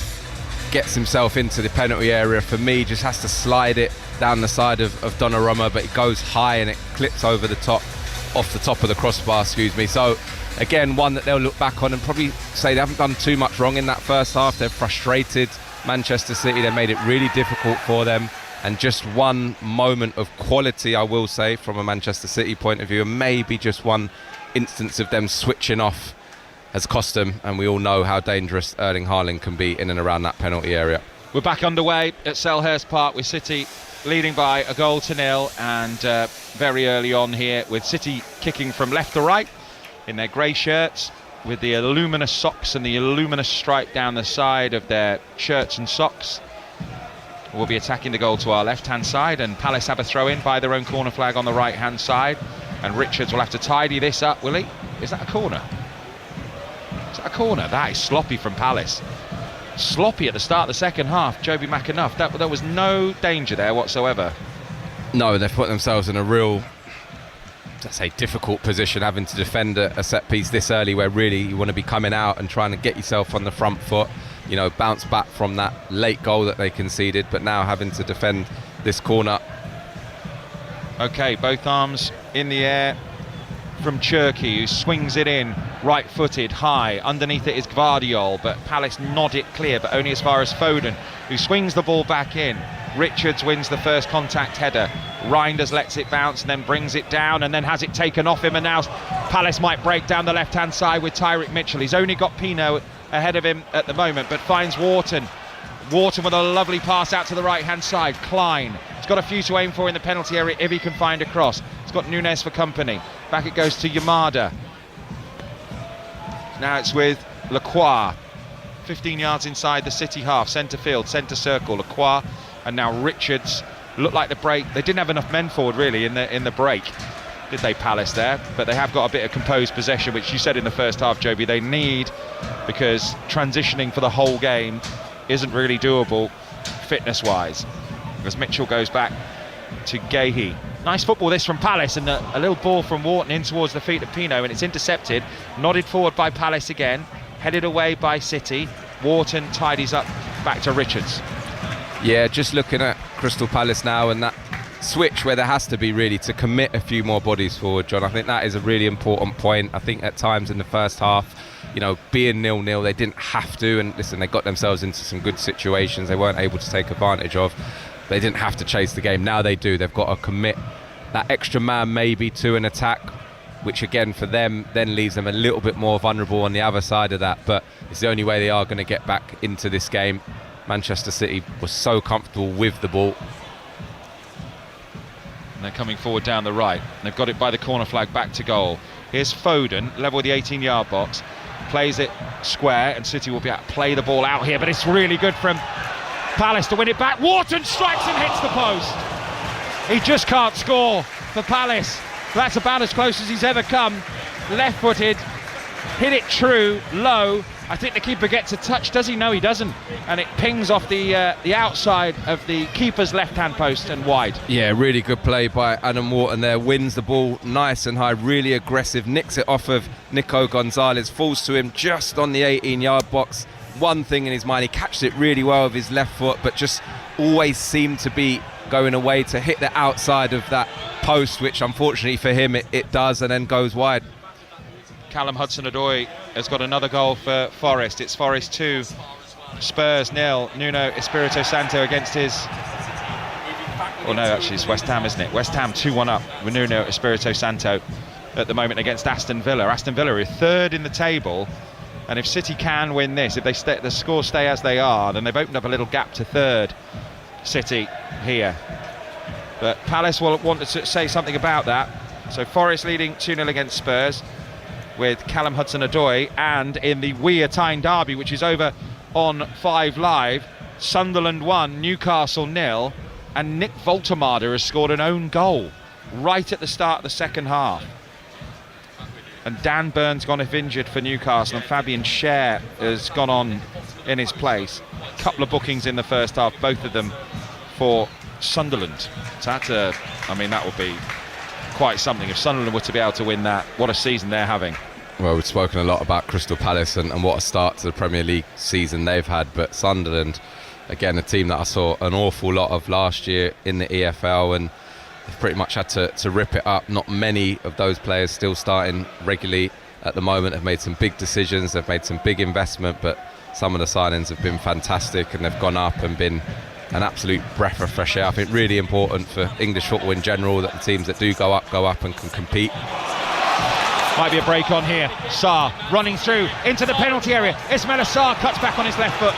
Chance when should have hit it right-footed. Yeah, hands on head from Ismail Assar, and rightfully so, because he's got a really good opportunity. Ball gets played over, he's in, takes a touch into the 18-yard box, then he cuts back. He has to get a shot off. There's no way he's going to have time to come back onto that left foot. It's Vardio who's chasing him, cuts back onto the left foot, and then Nico O'Reilly is there to mop things up. But a real big opportunity. Oliver Glasner down on his knees almost there, really disappointed.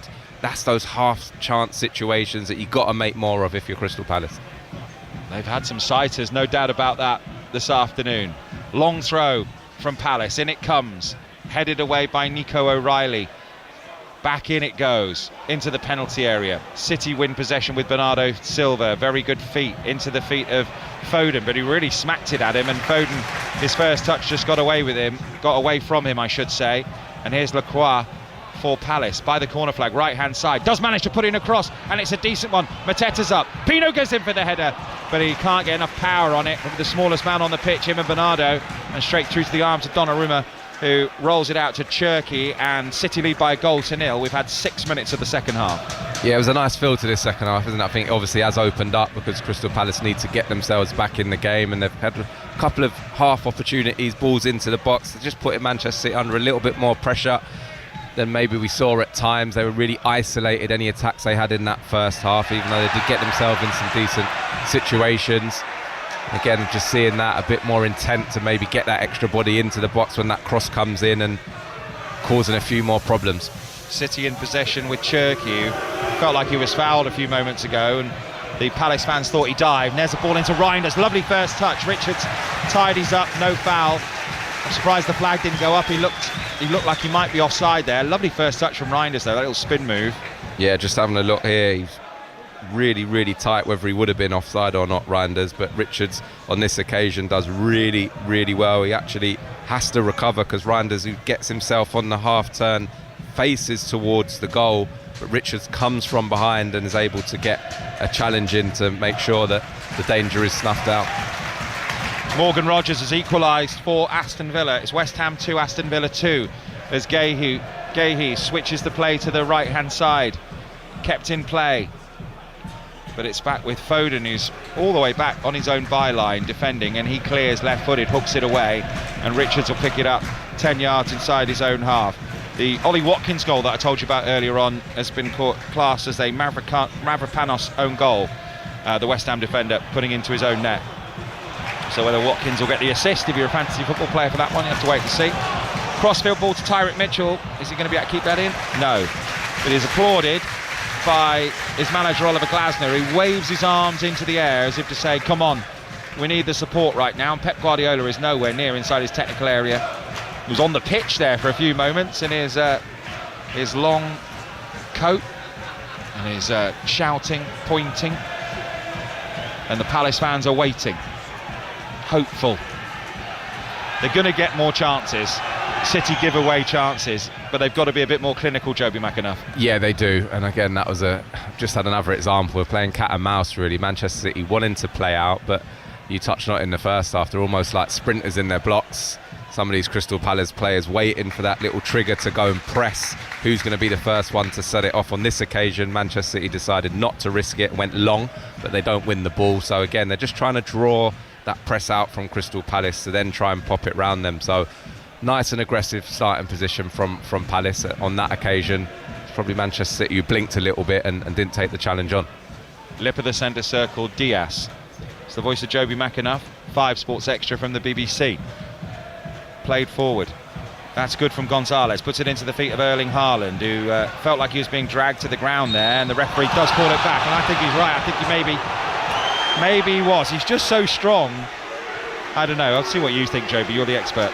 Yeah, listen, I think that for me it was just a few players trying to win the ball. It's Haaland there, does get a little tug back. I'm not sure if it was the first one or on Gonzalez, who came in afterwards, but either way, the referees decided it's a Manchester City free kick, sort of midway in the attacking half of the pitch. Cherki on the ball at the moment.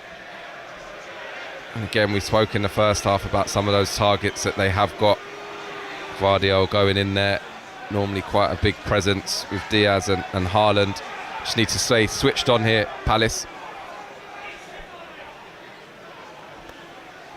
Free kick then is midway inside the Palace half, centre field. Hard to get enough angle on this from Cherki, really. And there's plenty of City players forward. Dinked in, good looking delivery, headed goalwards. And I tell you what, if Bernard, who was it? It was Diaz, was it? No, I can't see who it was running back. But if someone had just gambled on the fact they wouldn't have much power on it and maybe got in between the keeper and the defenders, they might well have turned that in. But as it was, it bounced through to Henderson. Yeah, like you said, it was a real difficult position actually to take a set piece. For someone who took a few in my time, it's that sort of funny area. It's not really wide enough where you can whip it, but it's quite central, so you're almost trying to stand it up to the back post, and then it's about the second phase, and that's actually what Manchester City did really well. Vardiol, he is the one who got the first touch, but like you say, didn't have that man to go and gamble on it. Pino running forward for Palace down the left hand side, and he's going to put a straight ball forward. That's not a good ball towards Mateta, and he's given possession straight back, and that's what they can't afford to do, Crystal Palace, just give away easy possession like that. And City will hoist it high towards Bernardo Silva of all people, and Lacroix wins his easiest header of the season. And now that's lovely from Phil Foden. He's got Cherki in, and now here's Reinders. Big chance this for City. It's Reinders! Good save by Henderson with his right boot. Made himself big. Excellent save. O'Reilly picks it up. Massive chance for City to potentially bury the game. And City back in some loose possession midfield. Yeah, you would have thought it would be really difficult for Crystal Palace had they taken that opportunity. Really good bit of play from Phil Foden. Those twinkling feet of his, just rides a couple of challenges, slips in Reinders, who again you would fancy, I've got to say, bearing down on goal, but Henderson does well, stands up. Reinders is trying to fire it across goal into that far corner, but Henderson gets down with his feet and makes a really, really good save. Cheeky back heel from Nunez to Diaz. Yeah, very good save. Did he do a lot wrong, do you think, Reinders? No, I thought potentially a little bit more power. He's obviously clearly making sure he does hit the target going into that far post area, which is where you should be going. But I've got to say, Henderson again didn't panic, stood up, and in the end more than equal to the shot. Here's Bernardo Silva, tries to find Cherki, picked up though by Palace. It's a decent game now this. Yamada plays it towards Tyrick Mitchell, puts in a low cross. He did well to get to it first time, but didn't put quite enough power on the cross because he was stretching. Yamada wins a little header, and now Cherki running forward with the ball. Really good from him. Down the right hand side, switches the play. They've got some room here. Foden brings it down, but very, very good from Richards running back. He managed to get possession for Palace, but he's given it away to City, who've got it on the halfway line, and City lead by 1-0, and we've had 58 minutes. Yeah, really important interception on that far right hand side there between Chris Richards and Nathaniel Klein. It was as well, coming back to help out, but definitely a little bit more stretched than we saw in that first half. Here's Wharton surging through the middle for Palace and playing a little ball towards Pino, which is maybe slightly overhit. Pino though has possession. Wharton with the effort over the bar. Third side to his had. He's hit the post. He was leaning back on that one. That's probably as many shots as he's ever had in a game. Yeah, that was again a more difficult situation because the ball back to him from Pino's got to be a better one. They do really well initially.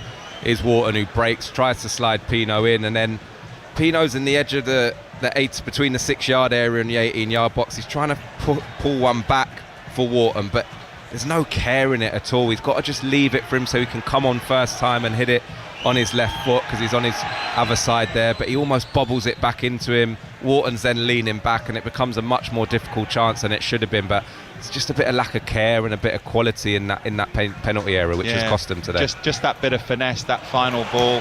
Here is Pino though, has been good. Here's Mateta. Mateta on his right foot, took too long. Good block from City. That looked like a foul on Yamada. Referee says play on. Here's Mateta, edge of the box, might pull it back. Not gonna.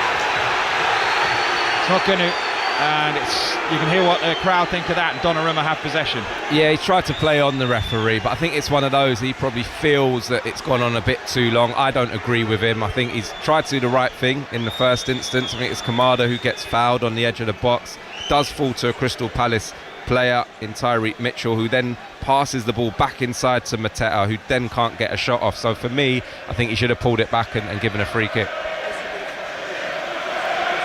He probably could have done that. It was probably, 3-4 seconds Yeah, and there's nothing wrong with trying to play. I think he's done the right thing initially, but there wasn't an advantage gained by it. So, why he couldn't have just blown up and, given the free kick, I'm not quite sure. Richards has had to knock it all the way back to his own goalkeeper here. Pep Guardiola said, we travel to this game with a good vibe, he said in his pre-match press conference. And they have got that look about them, haven't they? I think we could have some title race, but Palace are trying to do something about that. They could go to 4th if they win this game, but Sarr has just underhit his pass. He's back for the first time this month, Ismaila Sarr, and you can kind of just tell him and Mateta, actually. Mateta taking too long to take the shot a few moments ago, Joby.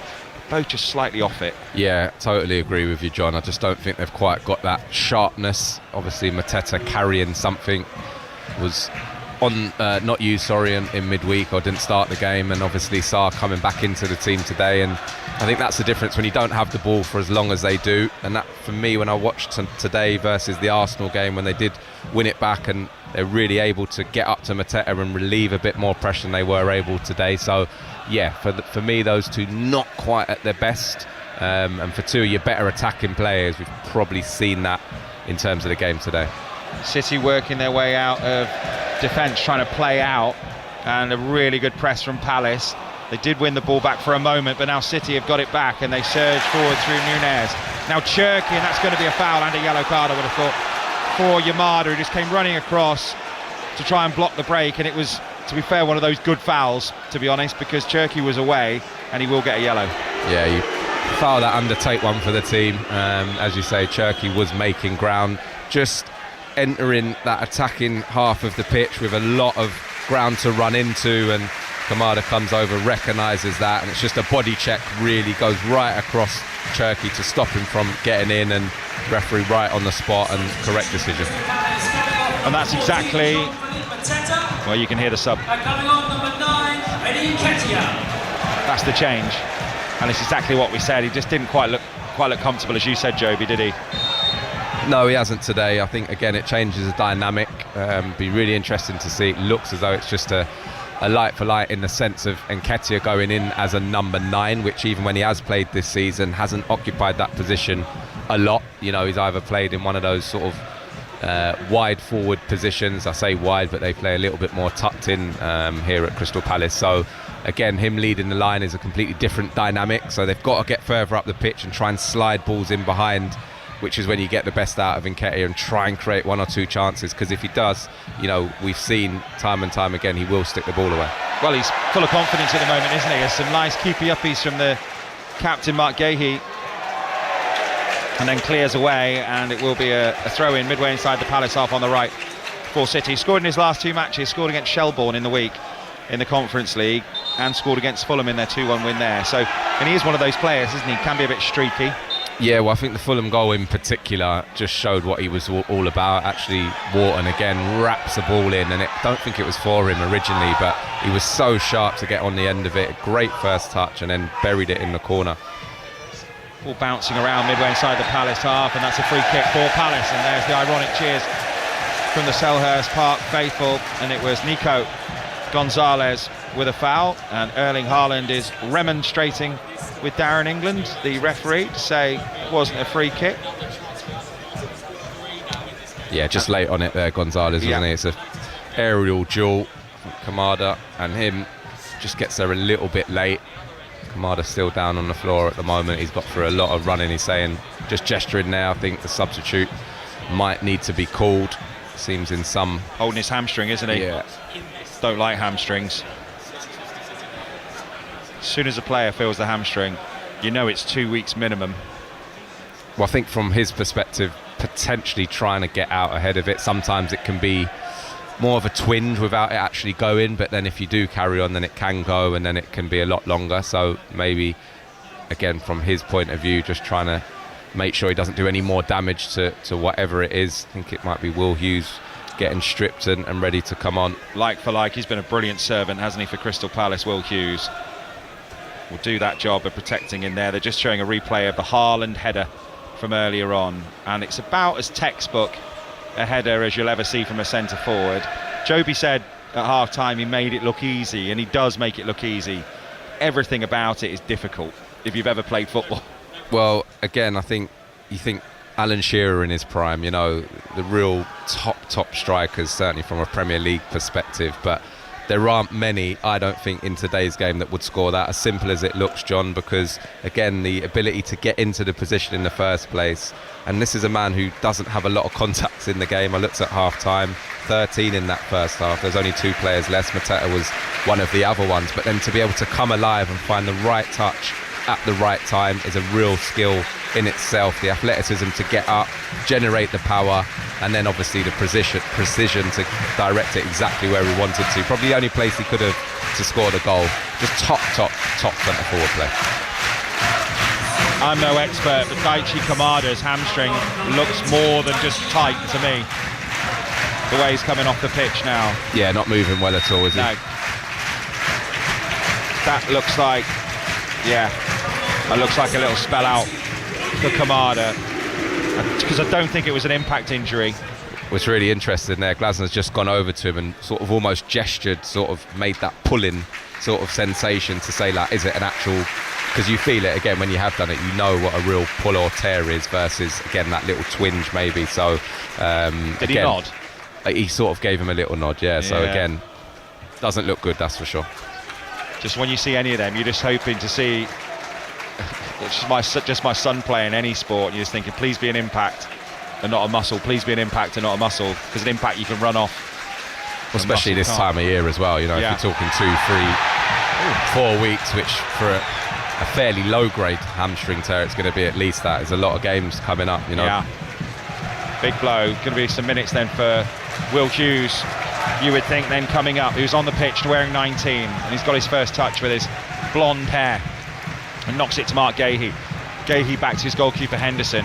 Well, Gahey and Haaland almost had each other's shirts off a few moments ago as Richards is caught with maybe a little stud, and the referee's seen it, and Guardiola's almost said, okay, I did just catch him there, and it's going to be a free kick for Crystal Palace, 5 yards inside their own half, and we're exactly midway through the second half, and City are leading by a goal to 0 on 5 Live.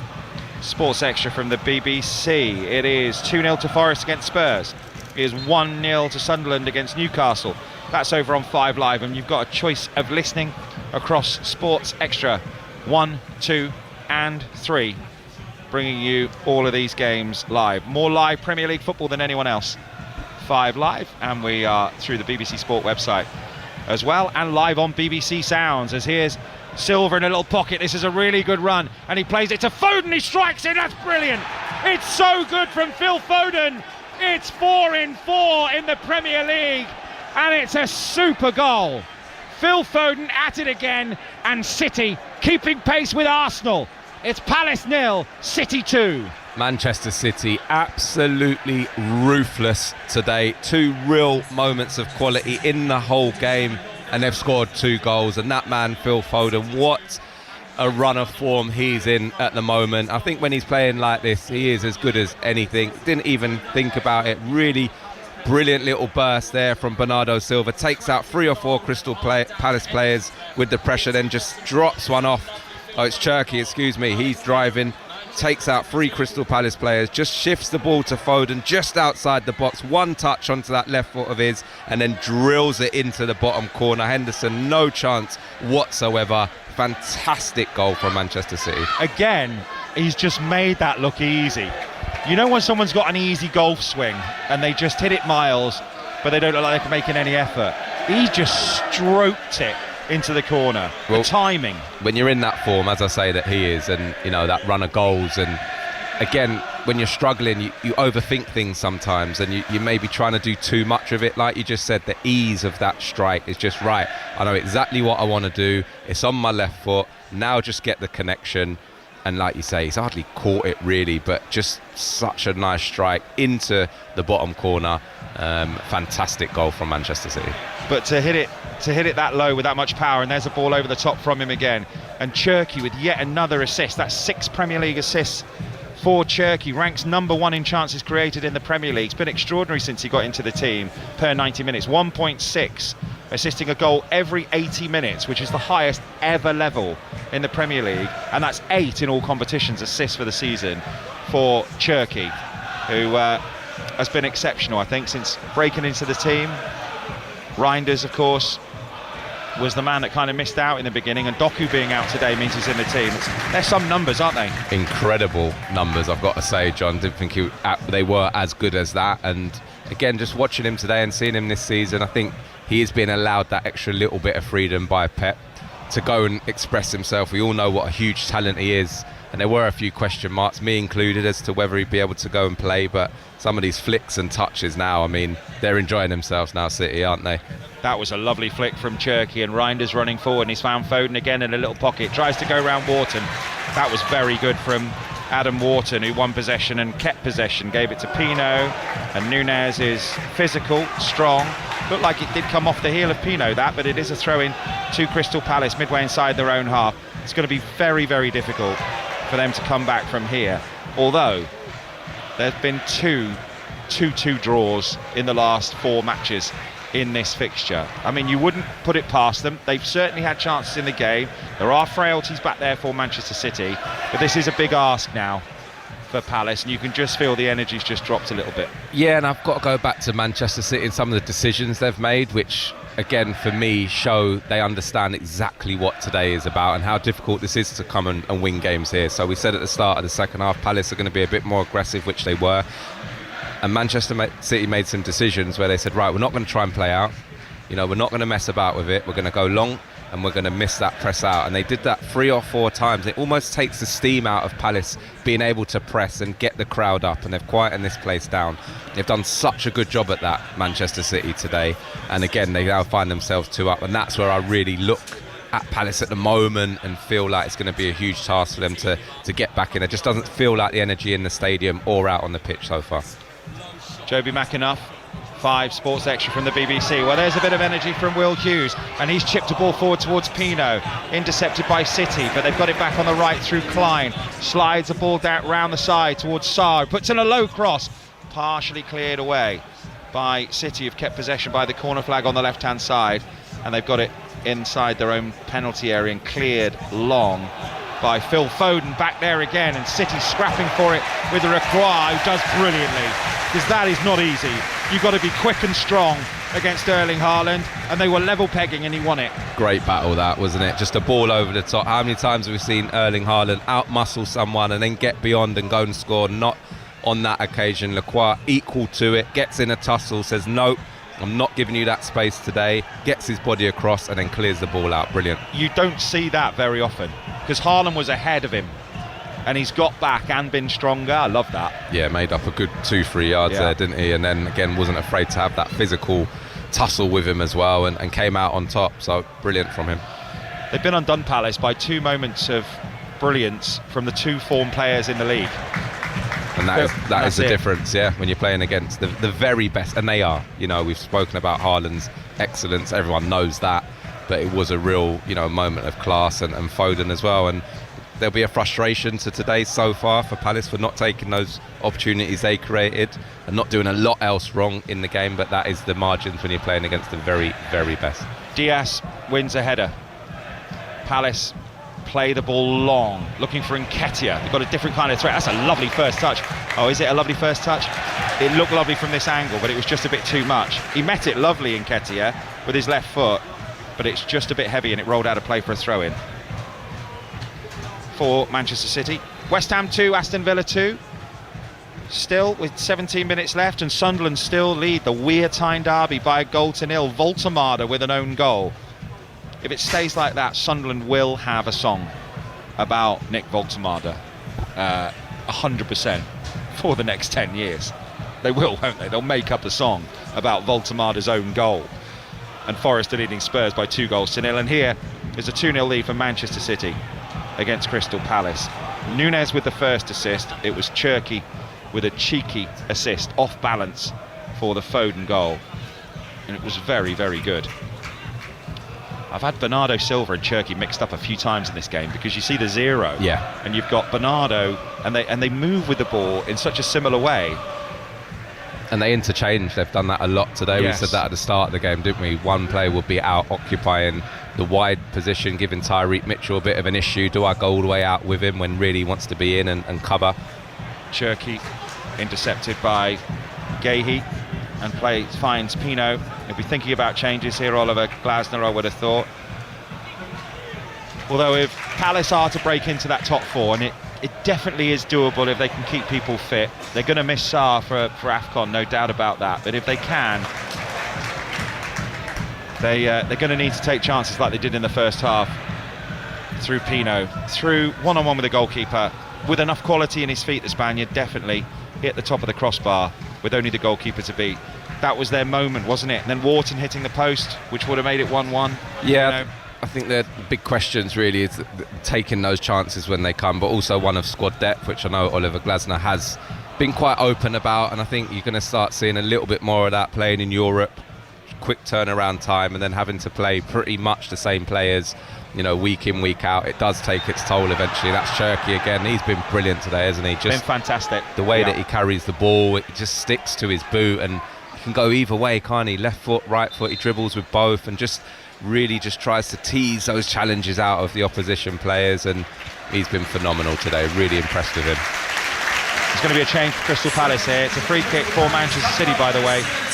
Chance to shoot, maybe about 30 yards, maybe 35. Nathaniel Klein coming off, and Uche is coming on to replace him.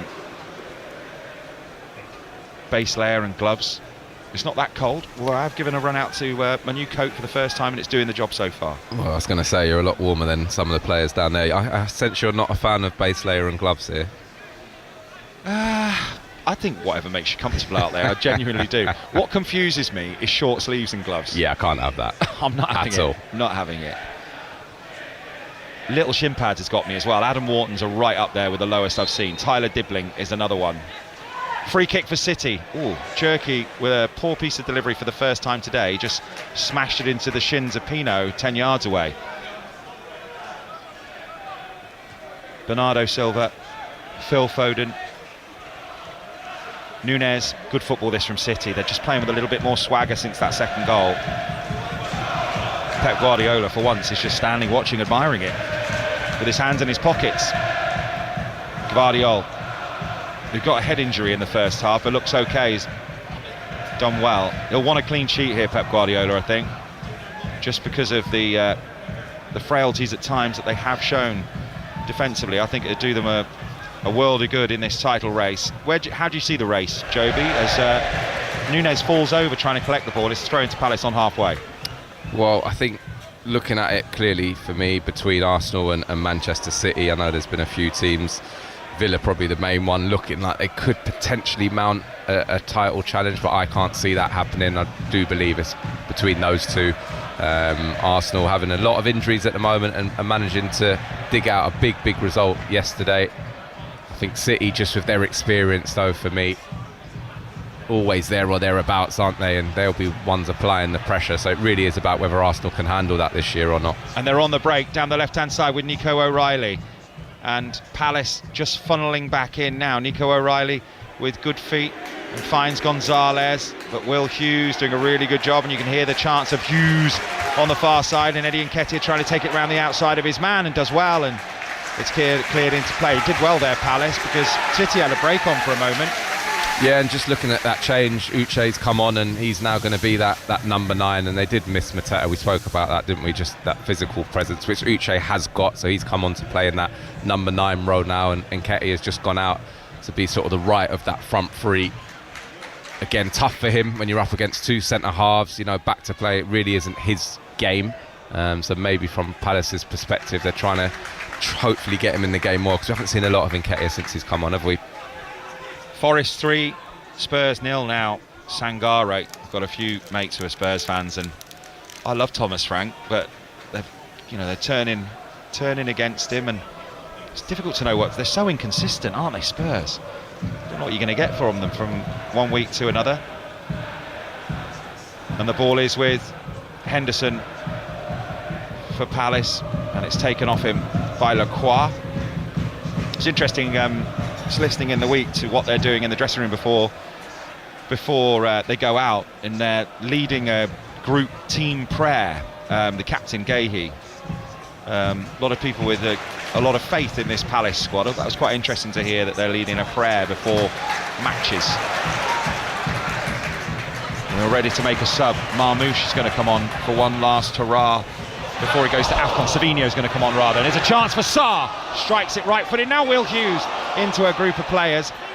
And Palace trying to find a way through here with Sarr on the right again. And Sarr shoots against the legs of Nico O'Reilly and out for a corner for Palace. And maybe, just maybe, with 10 minutes plus added time remaining, they're mounting a little bit of a late fight back here. Yeah, just won't fall for Crystal Palace at the moment in that penalty area, will it? Sarr there gets a good opportunity, drops to him, falls nicely actually, catches it on the volley, but Nico O'Reilly does brilliantly to get across, throws himself at the ball, blocks the first attempt, falls to Will Hughes about sort of 10, 11 yards out. He has a snapshot, but again, bodies in the way, and they defended that situation really, really well, Manchester City. So Savino's about to come on for City. Corner for Palace here from the right. If they are to mount a comeback, you'd think they'd have to score now. They're 2-0 down. 5 Sports Extra from the BBC. Referee blows his whistle, Darren England. Left-footed in-swinger, good delivery, flicks off the head of a Manchester City head. Manchester City player, I should say. And now Tyreek Mitchell will help it back in, but he's made a bit of a mess of that. And Haaland's made a mess of the clearance. And Sarr with a little shove, but it will be a throw-in for Palace, midway inside the City half on the right-hand side. And Morgan Rogers has scored his second goal of the game for Aston Villa. That could be a huge goal for them. It's West Ham 2, Aston Villa 3. He must have just heard me right in there. Title challenge off Morgan. I'll show him. Yeah, he'll have his earbuds in, mate. Be like, oh, Joby's just said we can't win the title. I'll show him. Bang. You just think squad depth, don't you, when you think about Villa, and you think if they're going to go deep in Europe. Throw in. Long. Headed away by City. They've got some defending to do here. 8 minutes plus added time remaining. On the far side, it's Richards scrapping for it. It's won it. Wharton plays in Richards again. He's going to cross right-footed. He's not made a good contact on the cross, and it's been cut out at the near post by Reinders, and now City might well break. Good run from Reinders, good challenge goes in, ball still in play. Referee thinks about a free kick. It's a throw-in. The flag did go up, and it's a throw-in to Manchester City on the far side. Yeah, just another example, and listen, it is Chris Richards, who's your right-sided centre-half, getting forward, trying to cross the ball in, but they just have lacked a bit of quality at times in that final third, whether that is that exactly, not having the real necessary quality in those areas, or is it a bit of fatigue and tiredness creeping in? You know, they've put a lot into this season so far, travelling on top of that, and again, with a lot of the time the same players really having to go out there. So be interesting to see if Palace dip into the market in January. I think they do need some reinforcements and a bit more depth in the squad before it is a little bit too late, and maybe what's been a brilliant start starts to slip away a little bit. And Nketiah into the penalty area, drills it, and saved by Donnarumma. He just had a go there. He's full of confidence at the moment. Eddie Nketiah picked the ball up, ran into the penalty area right side on the corner, and a good strike. And Donnarumma sort of looked like he just made a big starfish at the near post, Donnarumma, and beat the ball away. Yeah, he didn't have much to work with there. Nketiah did really, really well. Wriggles out of a challenge, drives into the box, but he's only really got the near post to shoot at, and Donnarumma gets his angles right, parries it wide. Corner for Palace. In it comes left-footed again. Donnarumma comes and punches, and I think City might have a break on here. I think he's on his own though, Cherki, at the moment. He's on the halfway line right-hand side. He's got 3 players coming to join him. Tyreek Mitchell is tracking and is fouled by Cherki, and it's a free kick for Palace, midway inside their own half on the left. And now we're going to see Reinders come off, and we're going to see Savino come on. Fresh legs. Yeah, it's again one of those topics. Is Manchester City's squad as deep as we've seen it in recent years? But then you have to sit here and look at some of the names that they've got to come on the pitch. Obviously no Doku in the squad today, but got the likes of Savino coming on now, who's obviously top quality player. So again, you know, maybe not quite as deep, but still, you know, some fantastic talent in the ranks, isn't there? Still Sunderland 1, Newcastle 0. 7 minutes of normal time left in that game. We've got 5 minutes of normal time left at Selhurst Park for Palace to try and get something out of this game. They have been pushing for the past few minutes. Richards clears long over the top looking for Nketiah, who's been a nuisance since he came on, and he might get on the end of this, and it's cleared out of play by Diaz, who had to come across to cover, out for a throw-in for Palace, level with the City 18-yard box. And Pep Guardiola Pep Guardiola doesn't look happy down there in the technical area at the moment. He thinks they've just dropped off a bit, and he trudges back to the dugout, waving his arms around and muttering in Spanish. Yeah, not very happy. I think it's a translation for that. Yeah. But long throw coming in, and they have defended these situations pretty well so far. Palace be hoping something just drops for them, which it hasn't quite this afternoon. Long throw again. In it comes from Palace to the near post. Lacroix, heap of bodies go down. No free kick. Palace have possession. Centre field. Mitchell, tight angle. Header goes in. Ball bouncing in the penalty area. Chance here, cleared away by City. And out for a throw-in for Palace midway inside the City half on the left-hand side, which Will Hughes will go along to take. There's a hush descends over the ground, and that's the City fans you can see over in that far corner, all standing. The majority of them anyway. And Chris Richards is going to take another long throw here, with his afro bouncing as he jogs over to this near side. And he'll wipe the ball on his shirt. And they'll try the Rory Delap. In it comes. It is a good-looking long throw again, and headed away by City. They'll get possession back here. They've got to find a good delivery. Will Hughes by the byline with a left-footed cross, and it's a really good-looking cross, and the header is won, the first contact. Looping, punch by Donnarumma. Only as far as Richards' corner of the penalty area for Palace. Here's Will Hughes now. Lovely feet from Will Hughes, and a lovely cross as well. In it goes, headed away by City again. They've defended them well, and a slip, and now they might be in here through the middle. This should be wrapped up here for Manchester City. 1-on-1 into the penalty area. Savinho goes down. Penalty nailed on.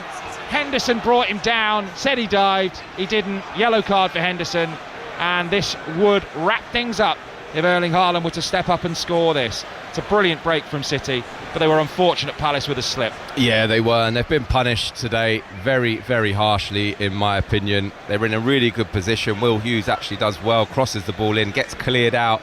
Tyreek Mitchell actually tries to get to the ball, doesn't quite get there. It leaves Savinho just with acres to run into. The whole of the opposition half from the halfway line bears down on goal. Henderson comes out and doesn't get any of the ball. Clear contact with Savinho, who goes to ground. Not really much of a decision for the referee to make. It's pretty much as clear a penalty as you're going to see. It is obviously given, and City with an opportunity to stretch that lead to 3-0. It's going to be Erling Haaland. They're checking it, but it's, as you said, Joby, an absolute stick-on penalty. You could see it. I mean, we're so close to it here. You could literally see his glove make contact with Savinho's boot. The only thing they had to check was whether he was on the way down already. And he probably was waiting for a little contact, but there was contact. It is a penalty, and Erling Haaland has a chance to score his 17th Premier League goal of the season in 16 matches. His 26th goal of the season overall. All the people who've captained Saka in fantasy football this week are waiting and hoping that Henderson can pull something off here. Erling Haaland standing over the ball and waiting for the whistle from Darren England. Now he gets it. 1, 2, 3 strides back. Henderson bounces on his line. Up he steps, left-footed, and scores. Sends Henderson the wrong way. Goes across his body to Henderson's left, and it's another goal for Erling Haaland. It's another 3-goal victory for Pep Guardiola. His 150th in the Premier League. Joins Arsene Wenger and Sir Alex Ferguson in that club. And City are starting to look menacing. They keep pace with Arsenal. It's Crystal Palace 0, Manchester City 3. Well, I don't think there was anybody in this stadium that thought anything other than that was going to be another goal for Erling Haaland. So calm, sort of gets to the ball, half a little stutter step, waits for Henderson to go down to his right-hand side, and he just rolls it into the opposite corner of the goal. Cool, calm, collected. Manchester City absolutely clinical and devastating today. They haven't been at their free-flowing best, but when those opportunities have come, they have punished very severely. And we're going to see some changes. And Omar Marmoush is going to come on, and Erling Haaland, is he going to get a chance to get his hat-trick here? He might be coming off, you know. He's waiting to see if his number goes up on the board, Erling Haaland. It's the Palace fans you can hear in the background. It is Erling Haaland. Oh, looks all right. Doesn't look too bothered. Oh, he will be. He'll want that hat-trick for sure. And Nico O'Reilly makes way as well. And then comes Ryan Aït-Nouri. So the two who are heading off to AFCON will get a little 5 minutes, hoping to not get injured, basically. Well, it was actually O'Reilly coming off there. Pep gave him an almighty hug there, and he has been magnificent, not just in terms of what he's done going forward at times, which I think's grabbed a lot of attention this year. His defensive work today, making sure he was on that back post area, a couple of blocks that he's made. Really, really strong game from him, and clearly his manager appreciating his work today, and Bernardo Silva coming off as well. Yeah, Bernardo Silva coming up, and Rico Lewis is on for Manchester City, who are 3-0 up and cruising. Yeah, and the chants behind the goal about the FA Cup final, obviously, because Marmoush took the penalty, didn't he, in the cup final, and Haaland didn't, and then missed, or Henderson saved it. So that's what they were singing at him just before he took that penalty. And yeah, they lead 3-0. Could have been a very different game on another day. Pino scores when he's gone running through.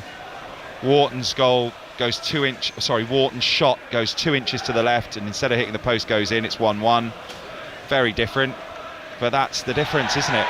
Haaland's brilliant header, Foden's brilliant strike, and then a bit of bad luck and a great run from Savinho through the middle with pace and power. Difference. Yeah, but I think when you are a team like Palace, and we talk a lot about, you know, the fact they don't have loads of possession, when you go a goal down, it really does impact the way that you want to approach the game. And again, for City, you know, if they were able to get that first goal, Palace, then City have to maybe come out a little bit more in the way the game's set up, suited for Palace to counter-attack. But I think that's where that Haaland goal was so crucial, wasn't it? And they've been really, really disciplined in the second half, Manchester City, and almost laying in wait and then picking them off when they had the opportunities to. Scrapping for it on the edge of the box here. Crystal Palace. Ball played long by City, and they've got loads of space here. I don't know what they do with it. I mean, they don't need to run it into the corner. They've got a 3-goal lead, and we're in stoppage time at the end of the game. 5 minutes of stoppage time. We've had 2.5 minutes of those. So they're just seeing the game out. It's like a keep ball session now for Manchester City. I don't think the Palace players are enjoying this too much, and you know, it's a little bit demoralising at times, but they'll look back on today and know they had opportunities, and I think it's really about that first half and not conceding that first goal. Still been their best ever start to a Premier League campaign. Crystal Palace had double the points before coming into today than they'd had at this time last season. It's been a brilliant start for them. Just potentially those little injuries, those little niggles, Sarr not looking 100%, Mateta not looking 100%, and coming up against this, and you have to take your chances. Pino had that big chance at the start of the game, free kick for Crystal Palace midway inside their own half, and it's not been taken from the right place, and that's the frustration from the Crystal Palace fans you can hear coming out there. They're still fifth in the table, Palace, and flying along in Europe okay. Going to be fine. Yeah, listen, it's been a magnificent start to the season, hasn't it? I mean, a lot of uncertainty in the summer. You know, over Gahey, he ends up staying, and it's been a colossus at the back. Maybe some more question marks over the manager and what his intentions are. Does he feel he's going to be backed enough? That would probably be my concern sitting here if I was a Crystal Palace fan, because I feel he's a brilliant manager. I think he's the one who's really made the difference. Again, didn't even touch on losing Eze in the summer as well. So all in all, I think they've done absolutely fantastic for Europe. Oh, sorry, Joby, but Donnarumma just went for a clearance there, and it hit. Did it hit Nketiah? No, it hit Uche, and I thought he was rebounding into the net, but it just went wide. Yeah, really fortunate moment from Donnarumma in the end. It might actually have come up off Uche's arm in the end, but it was really sloppy. Actually, gets played back to him, and then rather than making sure he gets the clearance right, he just smashes it straight at Uche, doesn't he? And it just ends up going wide, potentially hit his hand anyway, wouldn't have been counted anyway. But yeah, going back to Palace, I think overall, with everything considered in the summer and the European football as well, that start to the Premier League campaign has been absolutely brilliant. Marmoush for City, whistle, full-time whistle is about to go. Apparently that's the 16th time that Erling Haaland has been dragged by Pep on a brace. So he's used to it. Maybe that's why he didn't react. Maybe he's got a massive goal bonus for hat-tricks, and Pep's trying to keep the hierarchy happy. Do you think he thinks about saving money, Pep? I'm not sure that crosses his mind. Full-time whistle's about to blow here and everyone wants it. A lot of the Palace fans have gone. And here comes Phil Foden into the penalty area. Maybe he fancies a pop at goal. It's over the bar and that'll be it. He's going to wait for the goal kick, the referee. Both sets of players will be like, come on, blow up. Ball doesn't have to be over the halfway line. I think even when the 5 minutes goes up, there should almost be an unwritten rule in football. The two managers have a little nod. Do you want 5 or can we do 2? And I'm not sure Glasner would have wanted the extra minutes today. It was dead and buried, and certainly Pep didn't. We've got 2 balls on the pitch now as well, so can't restart yet. But you'd think a bit of common sense, the ref just blows up now, doesn't he? And everyone can get off. Yeah. But Dean Henderson's going to have to wander back over to the penalty area to clear it. Another assist for Cherki, another 2. That's 8 in 5 against Crystal Palace for Haaland, and there goes the full-time whistle. And it's kind of like a murmur. You heard the cheer from the corner from the City fans, the Palace fans. It would have come with high hopes. I think a lot of people, a lot of neutrals, a lot of people, when I said I was doing this game today, said I fancy Palace might win that. And they'd have fancied it themselves, but it didn't run for them. No, it didn't. I think for Palace, and I say this with the greatest respect to a Palace and maybe some of the other teams in the league, they've got to be at their absolute maximum to come and get a result against a team like Manchester City, and they just weren't quite there yet today. You know, we've spoken about Mateta not being 100%, certainly Sarr not being 100%, and then those opportunities and half chances that you have to take when you're playing against one of the best teams in the Premier League. And come back to that Pino chance, that was the big one for me in the first half, which he wasn't able to take. And then we've seen City be absolutely devastating when they've had their opportunities, and that was the real difference today. So some positives with the first half performance for Palace, just didn't quite find the quality. City did have the quality and it paid in the end. The gap's cut to 2. Haaland with a brace and Foden at it again. 4 in 4 for him, and clinical City look a real threat heading into the busy Christmas fixtures. It's going to be some title race. Hope you've enjoyed the commentary. Thank you very much for your company this afternoon. Joby McAnuff, but from me, John Akers, that's it. Now we've got loads still to come on Sports Extra for you. We've got the NFL tonight. We've got Green Bay versus Denver from 9. And we've got rugby right now. BBC Radio Northampton for their coverage of Saints versus Pretoria Bulls in the European Champions Cup.